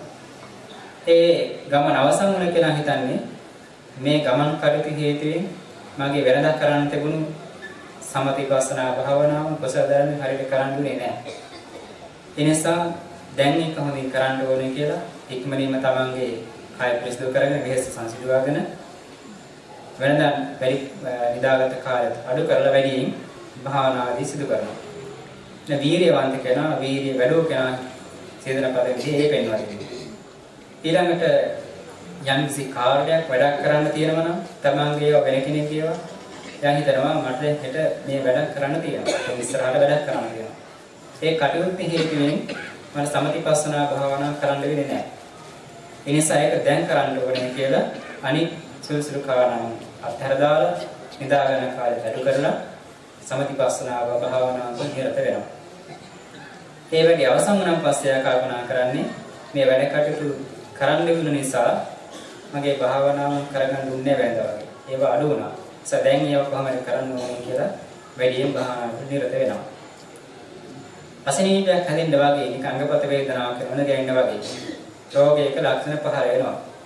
එයා හිතනවා දැන් නිකන් ඇඟට අපහසුතාවයක් තියෙනවා. යම් දිනකින් මේ දෙදේ උත්සාහ වුණොත් මාස් විසින් සිදු කරන මේ සමතිපස්සනාව කුසල ධර්ම කරන්න වෙන්නේ නැහැ. ඒ නිසා දැන් ඒක කරන්නට ඕනේ කියලා භාවනාවෙන් හිතෙන් මේ දෙදේ හේතු කාරණා කරේ උත්සාහ වෙලා මරුණොත් මේවා කරන්න වෙන්නේ නැහැ. ඒ නිසා දැන් අප්‍රමාදී වෙන්න ඕනේ කියලා වැඩියෙන් භාවනාවේ කුසල නිරත වෙනවා. දැන් මේකෙන් වැඩි හැදෙනවා. හැදිලා සනීප වෙනවා. සනීපුරන් පස්සේ කල්පනා කරනවා මේ අසනීපුණ නිසා මට මේ භාවනාව හරියට කරගන්න ලැබුණේ නැහැ. ඒ නිසා දැන් ඒවා සිදු කරන්න ඕනේ කියලා අසනීප හඳුනන ගමන් ඉඳලම භාවනාවට නිරත වෙනවා. සමතිපස්සනා වඩන කුසලයන් නිරත වෙනවා. භාවනාව විතරක් නෙමෙයි කරන්න හැම කුසලයක් කරනවා. හැම කුසලයක් සඳහා මේ විදිහේ හිතන්න ඕනේ. ඊළඟට යම්කිසි ඒ කෙනාට හොඳ ආහාරයක් ලැබුණේ නැතිනම් කොසකින් නිවෙන තරම් ප්‍රමාණවත් ආහාරයක් ලැබුණේ නැතිනම් එයා කල්පනා කරනවා දැන් බඩ පිරෙන තරම් විතර ආහාරයක් ලැබුණේ නැහැ. නමුත් කය පවත්වා ගන්න පුළුවන් තරම නොවැටි කය පවත්වා ගන්න පුළුවන්. ඉතින් මේ මිනිස්සෙක් වශයෙන් මේ ලෝක උපන් හින්දා තමයි මේ ආහාර සේවන දුක ඇති වෙන්නේ. මේ බඩගින්න දුක ඇති වෙන්නේ. මේ හැම දුකක්ම ඇති වෙන්නේ උපන් සත්‍යය. ඉතින් බුදුරජාණන් වහන්සේගේ ධර්මය අවබෝධ කරගෙන මේ ඉපදීම නැති කරගත්තොත් මේ සසර ගම නැති කරගත්තොත් නැවතත් මේ ආදී දුකටපත් වෙන්නේ නැහැ. ඒ නිසා ඒ ගැන හිතලා භාවනා කරනවා. හොඳට ආහාරයක් ලැබුණාන් පස්සේ ආකාරයෙන් දැන් හොඳට ආහාරයක් ලැබුණා. දැන් කාය ශක්තිය හොඳට තියෙනවා. ප්‍රබෝධමත් ගතිය තියෙනවා. ඒ නිසා බද්ධ සම්මාදේ තුලම ගත කරන්නේ නැතුව ඒ දුරු කරගෙන භාවනාන්තර නිරත වෙනවා. දැන් දියුණු කරන ලද වීරිය ඇති කෙනා සිතන ආකාරයේ තමයි ඒ 10 වෙනදනේ මේකට කියනවා ආරම්භක වස්තු කියලා. ආරම්භක වස්තුවට අර කුසීත වස්තුවට දුර වෙලා ආරම්භක වස්තුවට විදිහට පිළිපදිනවා නම් අපේ මේ වීර්ය දියුණු කරගන්න පුළුවන්. ඉතින් සාමාන්‍ය අපි කටයුතු කරනකොට ප්‍රධාන මුලින් හිතට එන්නේ අර කුසීත වස්තුව. සාමාන්‍ය බොහෝ දෙනෙකුට. ඒ නිසා ඒ කුසීත වස්තු ආවොත් ඒක අපේ පරිහානිය පිණිස පවතින. දියුණුව පිණිස නෙමෙයි. නිසා කුසීත වස්තු මිදිලා ආරම්භක වස්තුන් මට කියපු ආකාරයට අපි මනස දියුණු කරන්න, වීර්ය දියුණු කරන්න අපි උත්සාහ කරන්න ඕන. මේ විදිහට මේ සාන්තයන්තර වීර්ය දියුණු කරගත යුතු වෙනවා. ඒ විදිහ දියුණු කරගන්නවද වීර්ය ඉන්ද්‍රිය බාරපත් වෙන්නේ. වෙනතුනි මේ කියපු වීර්යයි සමාධිය කියන කාරණා දෙක සමෝපාත්තාගත ධර්මයක් වශයෙන් පෙන්වා දෙනවා. ඒක හේතුවක් තියෙනවා. යම් කෙනෙක් වීර්ය නැතුව වීර්ය හීන මට්ටමේදී සමාධි භාවනාව සඳහාම ප්‍රයත්න කරොත් උත්සාහ කරොත් ඒ සමාධිය කියන එකේ ස්වභාවය කියන කුසීත බවට සාමාන්‍ය යන ගතිය. සමාධිය කියන්නේ හිතේ මේ කායික සුඛය තියෙනවා, මානසික සුඛය තියෙනවා. මේත් එක්ක හිත කුසීත භාවයට යන ස්වභාවයක් තියෙනවා. ඒ නිසා වීර්යය කියන එක අඩු වෙලා හීන මට්ටමේ නම් තියෙන්නේ. හීන මට්ටමේ සමාධිය විතරක් දිනු වෙලා තියෙන්නේ. හිත කුසීත භාවයෙන් මැඩලනවා කියලා කියනවා. ඒ නිසා කුසීත භාවයේ මැඩලන්නේ නැති වෙන්නට වීර්යය ඒ මට්ටමට තියෙන්න ඕනේ. දැන් වීර්යය සමාධිය දෙක සමෝධිය තමයි ඒ කියපු ප්‍රසත් ප්‍රතිපල හරියට නගා කරගන්න පුළුවන්. නැත්නම් හිත කුසීත ස්වභාවයට යනවා. එහෙනම් වීර්යය ගොඩාක් වැඩි. හැබැයි සමාධි මට්ටමක් නැහැ හිතේ. සිත ඒකාග්‍රතාවයක ඇති වෙන්නේ නැහැ. නමුත් සමාධි මට්ටමක ඇති වෙන්නේ අධික වීර්යයක් තියෙනවා. අධික උත්සාහයක් තියෙනවා. ඒ වෙලාවේදී මේ සමාධි මට්ටම නැති හින්දා අධික උත්සාහයෙන් සිත උද්දච්චයට යනවා කියලා කියන වීර්යය උද්දච්චයට පොඩ්ඩක් පාක්ෂිකයි කියලා කියනවා. උද්දච්ච ස්වභාවය නෙමෙයි. ඒ නිසා සමාධිය කියන එක ස්වභාවය නැතුව වීර්යය විතරක් අධිකව තියෙනකොට හිත උද්දච්ච ස්වභාවයටපත් වෙනවා කියනවා. ඒ නිසා මේ උද්දච්චයට යන්නේ නැතුව තියාගන්න නම් සමාධියත් ඒ වීර්ය මට්ටමල තියෙන්න ඕනේ. මේ සමාධියේ වීර්ය කියන කාරණා දෙක ඉන්ද්‍රිය භාවයේදී සම මට්ටමේ තියාගන්න ඕන කියලා පෙන්වා දීලා තියෙනවා. මේ සඳහා හොඳ නිදර්ශන කතාව ශාසනයේ සඳහන් වෙන ඉතිහාසයේ. මේ බුද්ධ ශාසනයේදී වීර්ය වැඩි හැම කෙනෙක්ම වීර්යෙන්ට කටයුතු කරලා තමයි මඟපල් නිවන් සාක්ෂාත් කරගන්නේ. වීර්යය සෑම දෙයකට අවශ්‍යයි. හැම කෙනෙක්ම වීර්යය වඩනවා. වීර්ය දියුණු කරනවා. වීර්ය දියුණු නොකර කිසි ප්‍රතිඵලයක් ලබන්න පුළුවන් වෙන්නේ නැහැ. ඉතින් ඒ වීර්ය වැඩි භික්ෂුන් අතරින් මේ බුද්ධ ශාසනයේ අග්‍රවයේ කොළවිස සෝන කියන ස්වාමීන් වහන්සේ. වීර්යවන්ත භික්ෂුන් අතරින් එක අග්‍රස්ථානයේ වශයෙන්පත් වුණේ අගතනතුරු පිළිනම මේ බුදුරජාණන් වහන්සේ අගතනතුරු පිළිනමේ මේ සෝන කියන තෙරුණාසේ කොළවිස සෝන කියන තෙරුණාසේට. ඒ කොළවිස සෝන තෙරුණාසේ හැවිදි වෙන කලින් සිටු පුත්‍රයෙක්. බොහොම සැපවින්ද ආර්ය සිටු කුලයක වන සිටු පුත්‍රයෙක්. බොහොම සිව්මැලි සුකුමාර ශරීරයක් තමයි තිබුණේ. ඒ සඳහන් වෙනවා ඒ සිටු පුත්‍රයාගේ කොයිතරම් සුකුමාරද සිව්මැලි කියනවා නම් යටිපතුල් වල පවා ලොම් තිබුණායි කියලා කියනවා. ඒතරම් සිව්මැලි කෙනෙක්.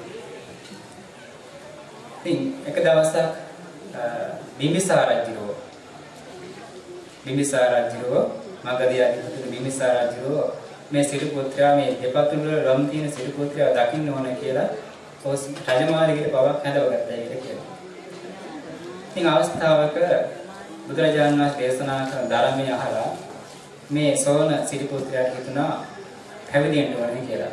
මේ භාගතුන් වහන්සේ දේශනා කරන මේ ධර්මය ඒ කීප ආකාරයෙන් මේ ගිහිගේ ඉඳලා නම් මේ භ්‍රමචර්යය කරන්න බෑ. ඒක දුෂ්කරයි. ගිහිගේ හරිය සම්බාධක සහිතයි. ඒ නිසා මේ භාගතුන් වහන්සේ පෙන්වන භ්‍රමචාරියව ආරක්ෂා කරගන්න.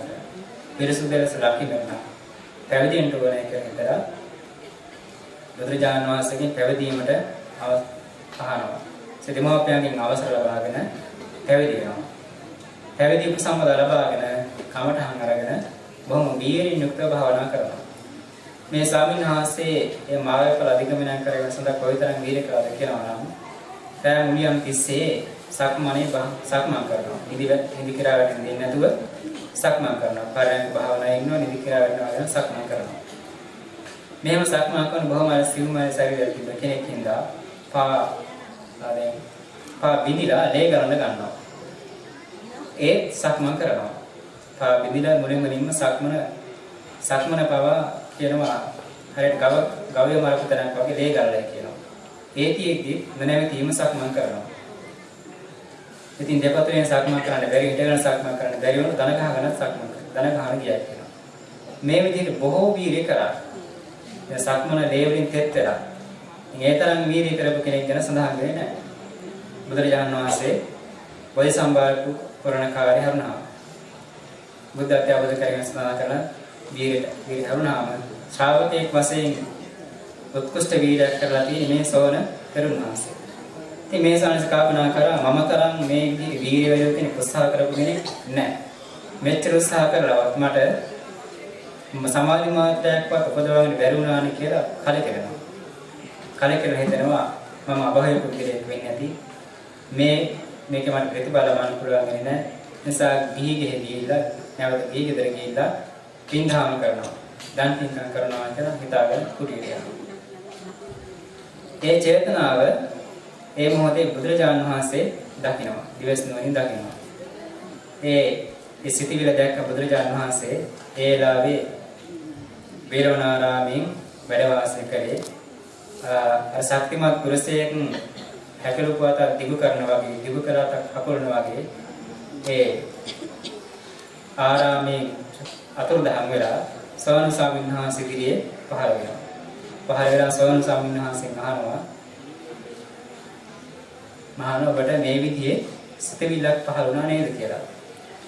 උන්වහන්සේ පිළිගන්නවා. ඒ නිසා ඒ අවස්ථාවේ භාගතුන් වහන්සේ ආවාදය දෙනවා. මේ තෙරුන් වහන්සේ ගිහි කාලේ වීණා වාදනය කරන්න බොහොම දක්ෂ කෙනෙක්.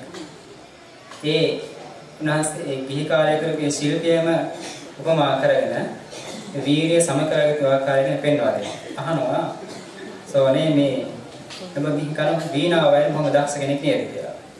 ඒ වීණා වයනකොට වීණාවේ තත් බොහොම ලිහිල්ව තිබ්බොත් එහෙම මිහිරි ආකාරයේ ස්වර ඇති කරන්න පුළුවන්ද කියලා බෑ කියලා.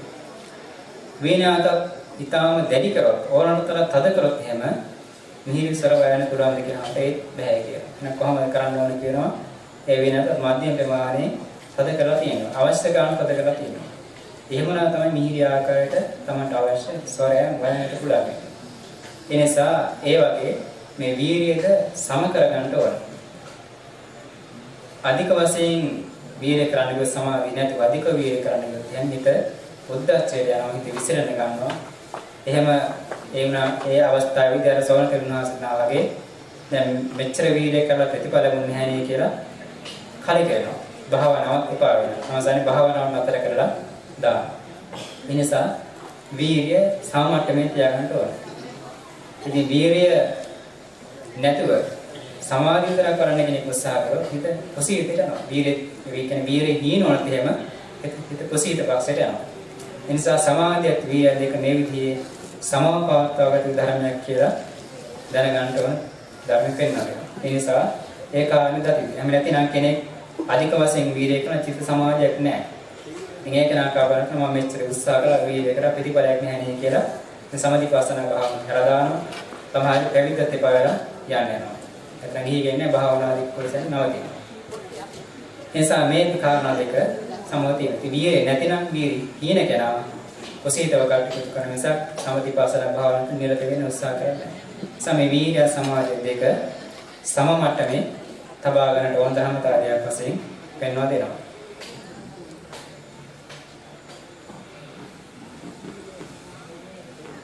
ඊළඟට මේ වීර්යය දැන් කෙනෙකුට ඇති වෙන්නේ නැතිනම් ඒ වීර්ය ඇති කර ගැනීම සඳහා හේතු ආකාරයන් කිහිපයක් බුදුරජාණන් වහන්සේ පෙන්වා දීලා තියෙනවා. කාරණා 11. ඒ විදිහේ මානසිකාරය කෙරෙන මේ විදිහට වීර්යය දියුණු කරගන්න පුළුවන්. එකක් තමයි අපාය භය පච්චවිකමතා. තමන්ට වීර්යය ඇති කර ගැනීමට අපාය ආදී බය ගැන හිතන්න ඕන. ඒ කියන්නේ මේ ප්‍රමාදීව කටයුතු කළොත් එහෙම ප්‍රමාදීව කටයුතු කරන කෙනා කියලා කියන්නේ අපසේනියන කෙනානේ. ප්‍රමාදීවට අපසල ධර්මයන් හිතේ පහරගෙන. රාගය, ද්වේෂය ආදී අපසල ධර්මයන්. ඒ අපසල ධර්මයන් ඇතිවෙන ඒ අපසලයන් විපාක වශයෙන් සතර පායට වැටිලා අනේක දුක් දන්නා සිඳිනවා. ඒ නිසා මේ තිරසං අපාය, ප්‍රේත අපාය, නිරේ දුක් ගැන මෙනෙහි කරනවා. ඒ වගේ දුක්ඛිත ස්වභාවය මෙනෙහි කරලා අපායේ බය ස්වභාවය නැවත හිතනවා. ඉතින් මේ යම් හේකින් ප්‍රමාද කරන්නේ මේ අපාය වැටුණොත් කොයිතරම් දුකක් විඳින්න සිද්ධ වෙනවා. ඒ අපායේ තියෙන බය නැවත මෙනෙහි කරනවා. නැවත මෙනෙහි කරනවා. ඒ අපායේ මෙනෙහි කරනකොට එයා හිතන මේ අපායෙන් මිදෙන්න ඕන. අපායෙන් මිදෙන්න නිකන් ඉඳලා බෑනේ. අපායෙන් මිදෙන්න බුදුරජාණන් වහන්සේ පෙන්වා දුන්නු ආකාරය ධර්මාගේ හැසිරෙන්න ඕන. ධර්මාගේ හැසිරෙන්න බෑ කොසියද කියනවා. ඉනසා ඒ සඳහා වීර්ය අවශ්‍යයි කියලා නපාය බෑගෙන හිතලා වීර්ය ඇති කර ගන්නවා. උත්සාහය ඇති කර ගන්නවා. එහෙමත් උත්සාහ කරනවා. එහෙමත් එක ක්‍රමයක්. එහෙම නැත්නම් එයා තව ආකාරයක ආනිසංස දස්සාවයි කියලා. වීර්ය වැඩිමේ ආනිසංස ගැන හිතනවා. ඒ කියන්නේ දැන් බුදුරජාණන් වහන්සේ පෙන්වා දුන්නේ මේ සමත භාවනාව දිනු කිරීම ලැබෙන ධ්‍යාන සමාධිය තියෙනවා. ඒ ධ්‍යාන සමාධිය ලබන්නට විදර්ශනා වෙයි විදර්ශනා ඥානය මාන පරිමදිගමනය කරගන්නට පුළුවන්කම තියෙන්නේ වීර්ය වැඩිවීම. කුසීතව කටයුතු කරා කියලා කුසීත නිදාගත්තාම මේ කියපු දී ප්‍රතිපලයන් ආනිසංසයන් ලෞකික වශයෙන් ලෝකෝත්තර සලමෙන් පිණිස සැපයන් නගා කරගන්න පුළුවන් වෙන්නේ නැහැ. ඒ නිසා වීර්යයෙන් කටයුතු කරන්න ඕන. වීර්යවන්තයෙම ලබන්න පුළුවන් විදිහට වීර්යෙන් කරන කෙනා ලැබෙන මේ උසස් ප්‍රතිඵල ගැන හිතලා සමත භාවනාවේ ලැබෙන ධ්‍යාන සපාදිය දර්ශනාසදකින් ලැබෙන ලෝකෝත්තර නිවන් සපාදිය ගැන හිතලා ඒ අනිසංස ගැන හිතලා වීර්යයෙන් කටයුතු උත්සාහ කරනවා. ඒක තව ආකාරයක්. ඊළඟට කියනවා ගමන විදිපච්චයකනතා. ඒ කියන්නේ මේ බුදුරජාණන් වහන්සේලා, පසේ බුදුරජාණන් වහන්සේලා, මහරහතන් වහන්සේලා ඒ තත්ත්වයටපත් උනේ කුසීත විඳලා නෙමෙයි. උන්වහන්සේලා මහත් වීරියෙන් දිවරා මුල්ලේ උත්සාහ කළා තමයි, කටයුතු කළා තමයි, සමතිපාසන භාවනා කළා තමයි ඒ තත්ත්වයටපත් උනේ.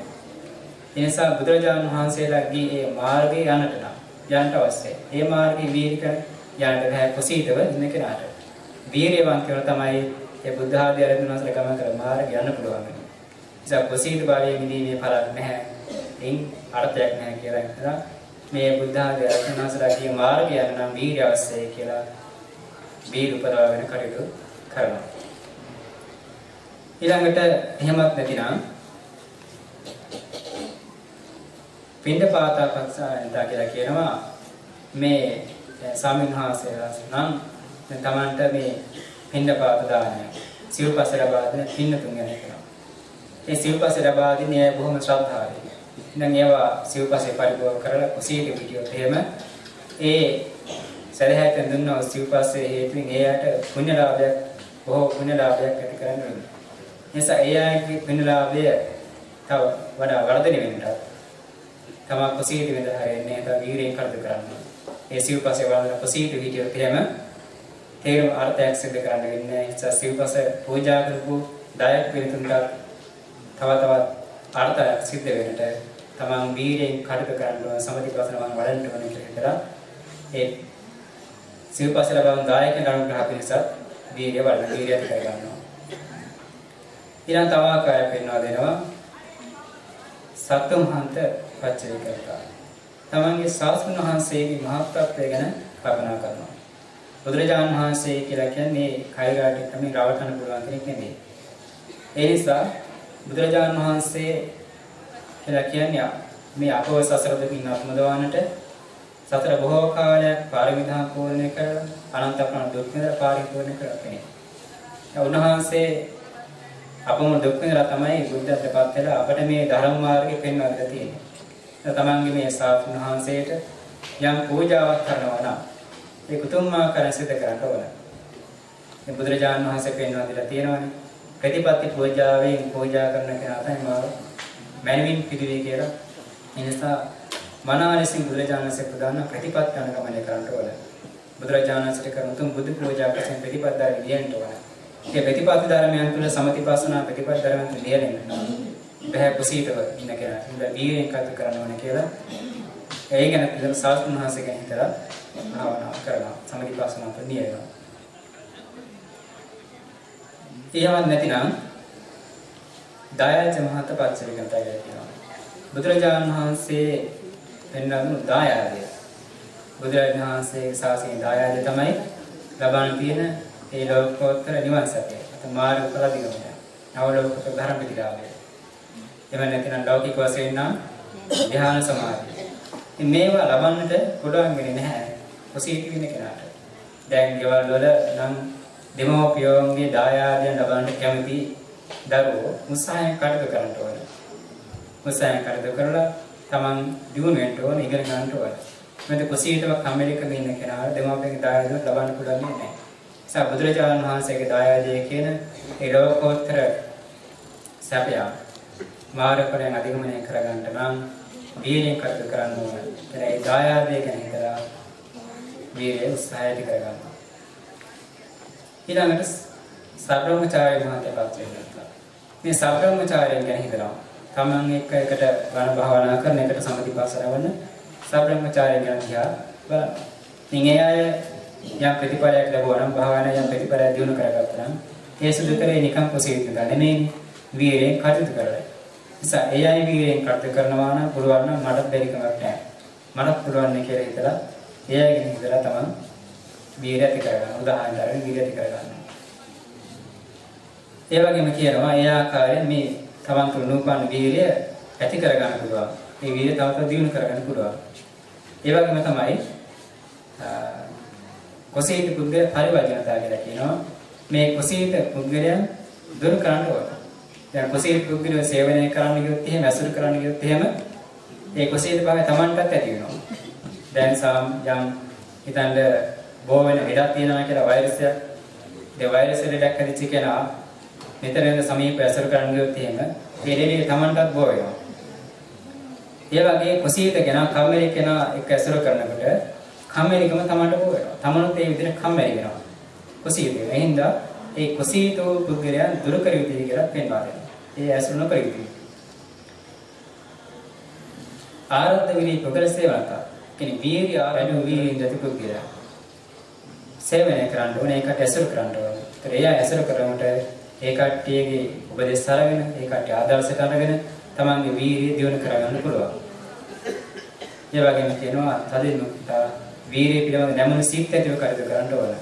වීර්ය පිළිබඳ ප්‍රාර්ථනා කරන නැමුණු සිත් ඇතිව කටයුතු කරන්න ඕනේ. මේ කියන ආකාර වලින් පුළුවන් අපේ වීර්යය හීනනා, වීර්යය පිළිලා නැතිනම් වීර්ය උපදවා ගන්න.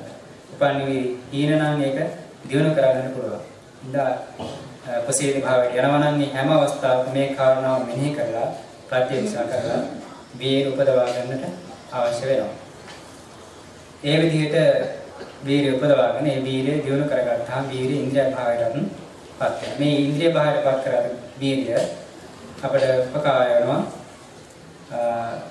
විදර්ශනා භාවනාව සමත භාවනාව දියුණු කරගන්නට විදර්ශනා භාවනාව දියුණු කරගන්නට. එනිසා කුසීත භාවයේ මැඩලා මේ වීර්ය දියුණු කර ගැනීම සඳහා අපි අප්‍රමාදයෙන් කටයුතු කරන්න ඕන. අප්‍රමාදය කියලා හඳුන්වන්නේ කාකරන වීර්යය. බුදුරජාණන් පෙන්වා දෙනවා නහම් වික්වන්නං ඒක ධම්මා සමනුපස්සාමි යං එවං මෙය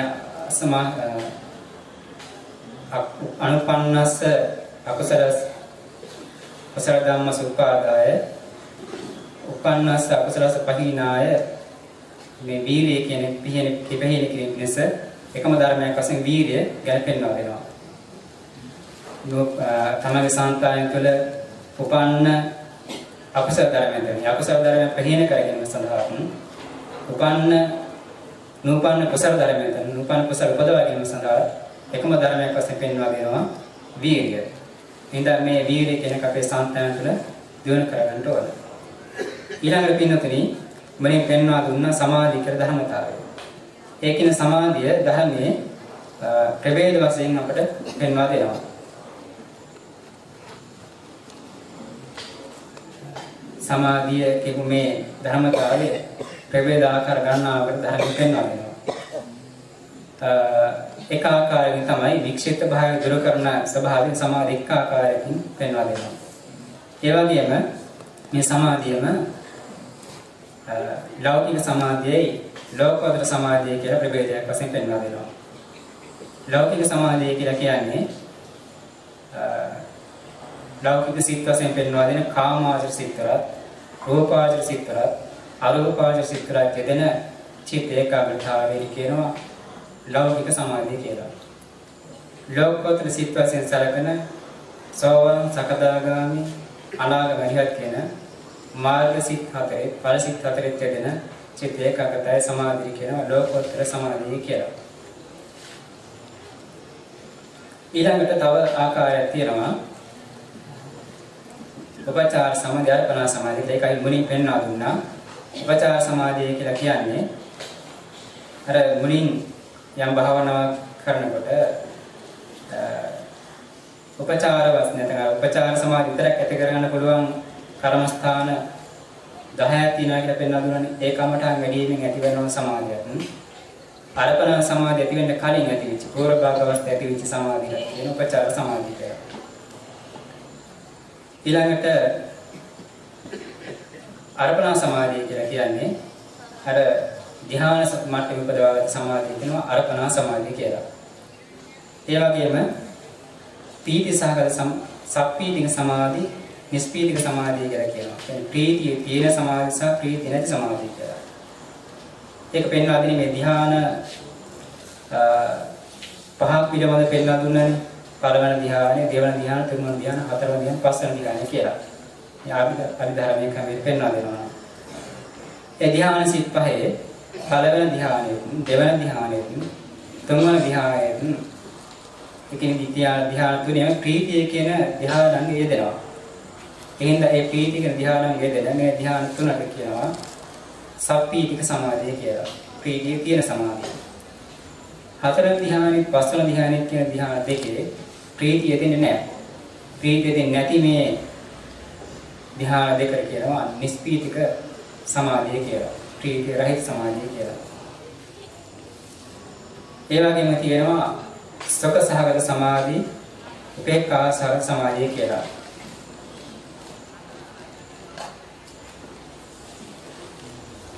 සුඛ සහගත සමාධිය කියලා කියන්නේ අර ධ්‍යාන සිත් පහ අතරින් පළවෙනි ධ්‍යානෙ, දෙවන ධ්‍යානෙ, තුන්වෙනි ධ්‍යානෙ, හතරවෙනි ධ්‍යානෙ කියන ධ්‍යාන හතරේ සුඛය කියන ධර්මතාවය, සුඛය කියන ධ්‍යානංගය යෙදෙනවා. එහෙනම් ඒකට කියනවා මේ ධ්‍යානයට කියන සුඛ සහගත සමාධි කියලා සමාධියට. පස්වන ධ්‍යානෙදී සුඛය කියන ධර්මතාවය වෙදින්නේ නැහැ. උපේක්ඛායකගතව වෙදින්නේ.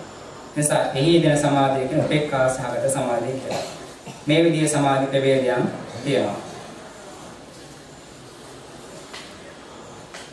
ඒ වගේම තුන් ආකාරයෙන් මේ සමාධි තිනා කියලා පෙන්වා දෙනවා. සවිතක්ක සවිචාර සමාධි, අවිතක්ක විචාර මාත්‍ර සමාධි, අවිතක්ක විචාර සමාධි කියලා.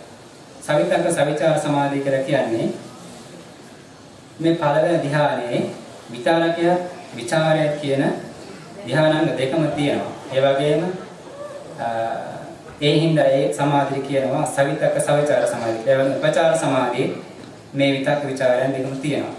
ඒ හින්දා උපචාර සමාධිය පළවෙනි ධ්‍යාන සමාධියට කියනවා සවිතක්ක සවිචාර සමාධිය කියලා. දෙවන ධ්‍යානයේදී විචාරකය නැතිව විචාර මාත්‍ර විතරක් තියෙනවා. ඒ හින්දා ඒ සමාධිය කියනවා අවිතක්ක විචාර මාත්‍ර සමාධිය කියලා. ඊළඟට නිහාර තියෙන තුන්වෙනි ධ්‍යානෙ, හතරවෙනි ධ්‍යානෙ, පස්වෙනි ධ්‍යානෙ කියන වගේ විතක්ක විචාර දෙකම නැති හින්දා, විතක්ක විචාරක ධ්‍යානංග දෙකම නැති හින්දා ඒවට කියනවා අවිතක්ක අවිචාර සමාධිය කියලා. ඒ වගේම තව තියෙනවා පීති සහගත සමාධි, සුඛ සහගත සමාධි, උපේක්ඛා සහගත සමාධිය කියලා. පීති සහගත සමාධිය කියලා කිව්වේ අර ධ්‍යාන පහෙන් පළවෙනි ධ්‍යානෙ, දෙවන ධ්‍යානෙ, තුන්වෙනි ධ්‍යානෙ කියන ධ්‍යානවල ප්‍රීතිය කියන ධ්‍යානංග යෙදෙන හින්දා ඒවට කියනවා පීති සහගත සමාධිය කියලා. හතරවන ධ්‍යානයේ සුඛයේ දිහිඳ සුඛ සහගත සමාධිය කියනවා. පස්වන ධ්‍යානයේ උපේක්ඛාවේ දිහිඳ ඒ සමාධි උපේක්ඛා සහගත සමාධිය කියලා පෙන්නනවා දෙනවා. මේ විදිහ තුන් ආකාරයක වේදා තියෙනවා. ඒ වගේම සතර ආකාරයෙන් මේ සමාධිය පෙන්වන බෙදලා පෙන්නනවා. දුක්ඛ පරිපදා දන්ද විඥා සමාධි, දුක්ඛ පරිපදා කිප්ප විඥා සමාධි, සුඛ පරිපදා දන්ද විඥා සමාධි, සුඛ පරිපදා කිප්ප විඥා සමාධි කියලා. මෙතෙන්දී පටිපදා කියලා කියන කිනුතුනි අර මුලින්ම පෙන්නන දුනනේ දැන් කසින භාවනා කරන ක්‍රමයක් ගැන. ඒ කසිනේ වැඩිීමේදී අටීපටි කියලා පරිකරණ කෙරෙන් නේදලා උපචාර සමාධි ඇති කරගැනීම දක්වා සිදු කරන්නා වූ ඒ උත්සාහයට කියනවා පටිපදාවයි කියලා. ඊටස අර්පණ උපදවා ගැනීම අවස්ථාවල කියනවා අභිඥාවයි කියලා. යම් කෙනෙක්ගේ මේ ප්‍රතිපදාව දුක්ඛාගත වෙන්න පුළුවන්. දුක්ඛාගත වෙන්නේ කොහොමද? එයාගේ නීවරණ ධර්ම ආදී කෙලෙස් ධර්ම ඉතා ප්‍රබලනම් වැඩි නම් එයාට සෑහෙන උත්සාහයක් ලොකු වීර්යයක් කරන්න අවශ්‍ය නැහැ මේ දිනු කරගන්න. ඉතින් ප්‍රතිපදාව දුක් වෙන්න පුළුවන්. නැත්නම් අර මුලින් සම්පාදනය කරගන්න ඕන භාවනා පූර්ව ප්‍රත්‍යය සම්පාදනය කර නැතිනම් දස පරිබෝධයන් දුරු කරගෙන නැතිනම් කොඩා ඒ කියන්නේ පරිබෝධ කර ධර්මයන් දුරු කර නැතිනම් තමන්ගේ අර ශරීරයේ පිරිසුදු කර ගැනීම, තවත් වරිපිරා පිරිසුදු කරන ආදී දේවල් සිදු කරගෙන නැතිනම් අසප්පාය ආදී දේවල් සේවනය කරනවා නම් ඒ පුද්ගලයාගේ ප්‍රතිපදාව දුක්ඛාගත වෙනවා. ඉතින් ඒ වගේ මිදිලා කෙනෙක් ඒ අසප්පායයන්ගෙන් මිදිලා පරිබෝධයන්ගෙන් මිදිලා පූර්ව ප්‍රත්‍යයන් සම්පාදනය කරගෙන තමන් හොඳ සීලයෙන් පිළිපද කරගෙන ජීවිත දුරන පූජා කරලා නම් භාවනා කරගන්නේ. එයාගේ ප්‍රතිපදාව සුඛ සහගත වෙනවා. ඒ වගේම නැත්නම් කෙලස් ධර්ම අඩු කෙනෙක් නම් නීවර ධර්මයේ බල එච්චර ප්‍රබල නීවර නැති කෙනෙක් නම් එයාගේ ප්‍රතිපදාව සුඛ සහගත වෙනවා. මේ විදිහට ඒ කියන්නේ ප්‍රතිපදාව සුඛ සහගත වෙන්න පුළුවන්, දුක්ඛ සහගත වෙන්න පුළුවන්. ඉතින් යම් කෙනෙක් ප්‍රතිපදා අවස්ථාවේ මේවා එහෙම තිබිලා කියනවා ප්‍රතිපදාව දුක්ඛ සහගත වෙනවා. කියන්නේ නීවර ධර්ම වැඩි නම් අර වගේ පූර්ව ප්‍රත්‍යයන් සම්පාදනය කරන්න දින ප්‍රතිපදාව දුක්ඛ සහගත වෙනවා. අවසාන අවස්ථාවේ අර අභිඥා අවස්ථාවේ ඒ විදිහම නම් තියෙන්නේ අභිඥාව දන්දව පහළ වෙනවා. ඒ කියන්නේ ඉක්මනින්ම අර්පණාවන කැමෙන්නේ නැහැ. යම් කෙනෙක් මුල් ප්‍රතිපදාව දුක්ඛ සහගතව තියෙන හැබැයි මේ අර්පණය දින අවස්ථාවේ අභිඥා අවස්ථාවේදී පූර්ව ප්‍රතිදි සම්පාදනය කරගන්නවා. ඒ අවස්ථාවේ නියම ධර්මයන් යටපත් කරනවා හොඳට. එයාගේ ඉක්මනින් අභිඥා පහළ වෙනවා. කීප අභිඥා කියලා කියනවා.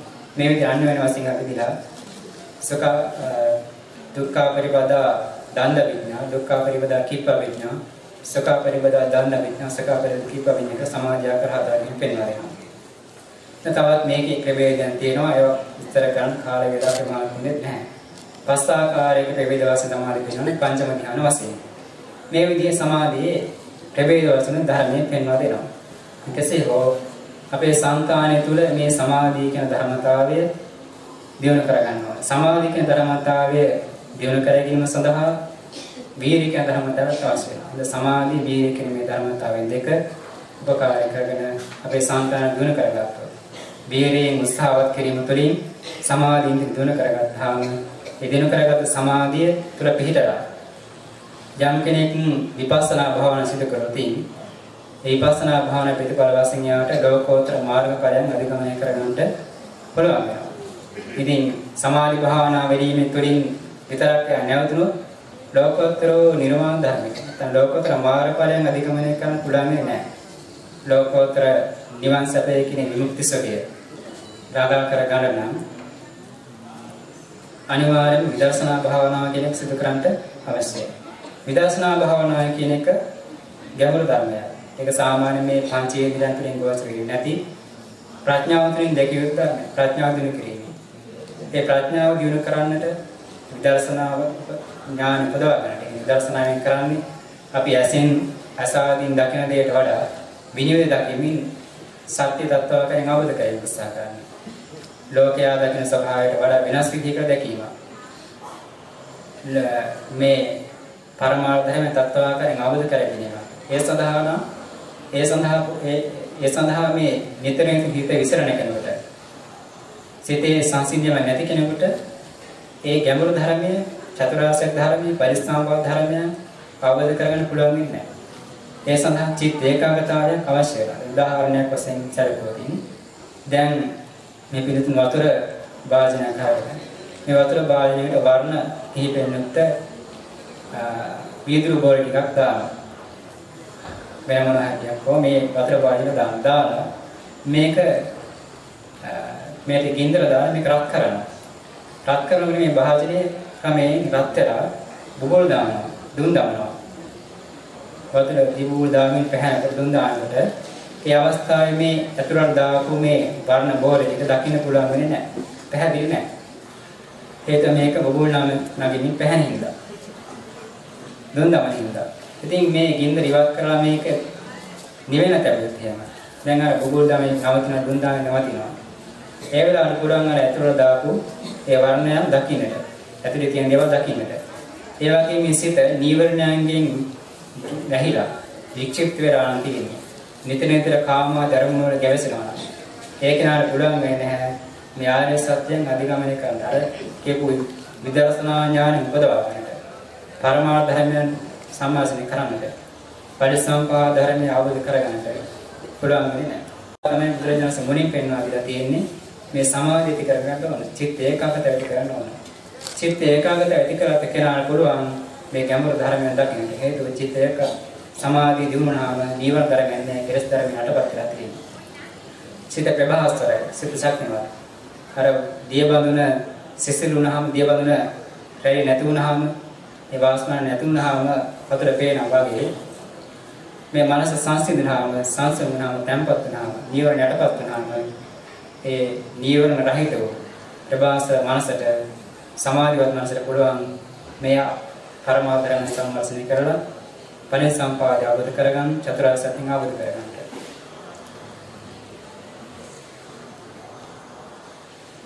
ඒ නිසා මේ විපස්සනා භාවනාව තුළින් ලැබෙන ලෝකෝත්තර නිවන් සැප ළඟා කරගන්නට පූර්ව වශයෙන් මේ සමාධිය කෙනෙක් අවශ්‍ය වෙනවා. මේ සමාධිය දිනු කර ගැනීම සඳහා වීර්ය කෙනෙක් අවශ්‍ය වෙනවා. ඉතින් ඒ විතරක් නෙවෙයි මේ කාරණාවන් සිද්ධ වෙනට සමාධිය ඇති කරගන්න, වීර්ය ඇති කරගන්න, ප්‍රඥාව කියන ඉන්ද්‍රිය දිනු කරගන්න සතිය කියන එක අවශ්‍ය වෙනවා. සතිය කියන ඉන්ද්‍රිය අවශ්‍ය වෙනවා. ඒ වගේම කෙනෙකුට මේ දේවල් දිනු කරගෙන සඳහා ශ්‍රද්ධාව ඉන්ද්‍රිය කියන එකත් අවශ්‍ය වෙනවා. දැන් මේ ශාසනයට පැමිණෙලා එතන මේ බුදුරජාණන් ධර්මය අහලා සමතිපස්සනා භාවනා කරන්න ඕනේ කියලා උත්සාහ කරන්නේ. ශ්‍රද්ධාව වුණ කරගෙන. ශ්‍රද්ධාව කියන දේ නැති කෙනා මේ කිසිම දෙයක් සිදු කරන්නේ නැහැ. දැන් ශ්‍රද්ධාව මුල් වෙනවා මේ සඳහා. ඒතකොට මේ කියන ශ්‍රද්ධාව, වීර්යය, සතිය, සමාධි, ප්‍රඥාව කියන මේ ඉන්ද්‍රිය ධර්ම පහම යපිරාට මේ ලෝකෝත්තර වාසය ලබන්නට අවශ්‍ය නිවන් සැප ළඟා කරගන්නට උපනිෂ්ඨ ධර්මතාවය. ඉන්ද්‍රිය ධර්මයන්. ඉතින් මේ ඉන්ද්‍රිය ධර්මයන් හරි දියුණුවම බල බවටපත් කරගන්න පුළුවන්. ඉතින් සමහර ඒවා වචන බවටපත් වෙන සමහර ඒවා මාර්ගංග බවටපත් වෙනවා.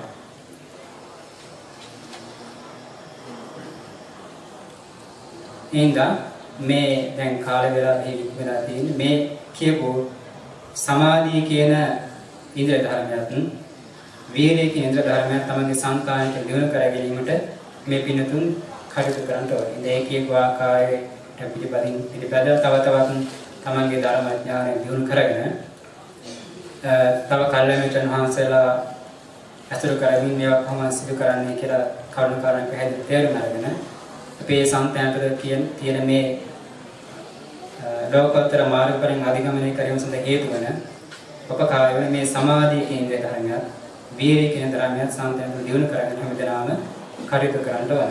මේ ධර්ම දේශනාවේ කුසල ධර්ම ශ්‍රවණයේ කුසලයේ මේ සෑම පින්තුන්ලාට ඒ වගේම සදේව ලෝකවාසී සියලු දෙනාටත් දෙවියන් සියලු සදකජාවටත් කුසල ධර්මයන් වඩා දියුණු කරගෙන සමතිපස්සනා භාවනා මෙහෙම සිද්ධ කරගෙන මාර්ග ප්‍රතිගමනයේ ලෝක නිවනේ සැනසී පිණිසම හේතු වේවා වාසනාව වේවා කියලා ප්‍රාර්ථනා කරනවා.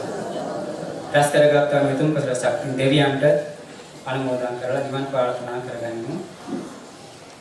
ආකාසට්ඨා චුම්මට්ඨා දේවා නාග මහිත්‍තිකා පුඤ්ඤන්තං අනුමෝදිत्वा චිරන් රක්ඛන්තු සම්බුද්ධ ශාසනං आकाशट्ठा च बुम्मट्ठा देवानागा महिषिका पुण्यन्तं अनुमोदित्वा चिरं रक्षन्तु सम्बुद्धदेशनम् आकाशट्ठा च बुम्मट्ठा देवानागा महिषिका पुण्यन्तं अनुमोदित्वा चिरं रक्षन्तु सम्बुद्धसावकं चिरं रक्षन्तु मम परम निवान प्रार्थना करो मुद्राम इमिना पुण्य कामेन मा देवाल समागमो सतं समागमो होतु यावनिभान भक्तिय इमिना पुण्य कामेन मा देवाल समागमो सतं समागमो होतु यावनिभान भक्तिय इमिना पुण्य कामेन मा देवाल समागमो सतं समागमो होतु यावनिभान भक्तिय इदं मे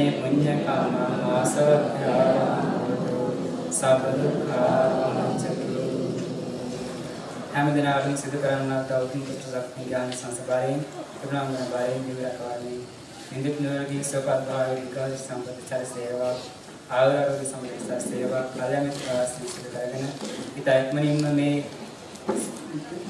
මේ ඉදිරි ධර්මයන් දිනු කරගෙන සමතිපස්සන වාස සිදු කරගෙන රතුව පතන බෝධි නිවනේ සරසන ලැබේවා කියලා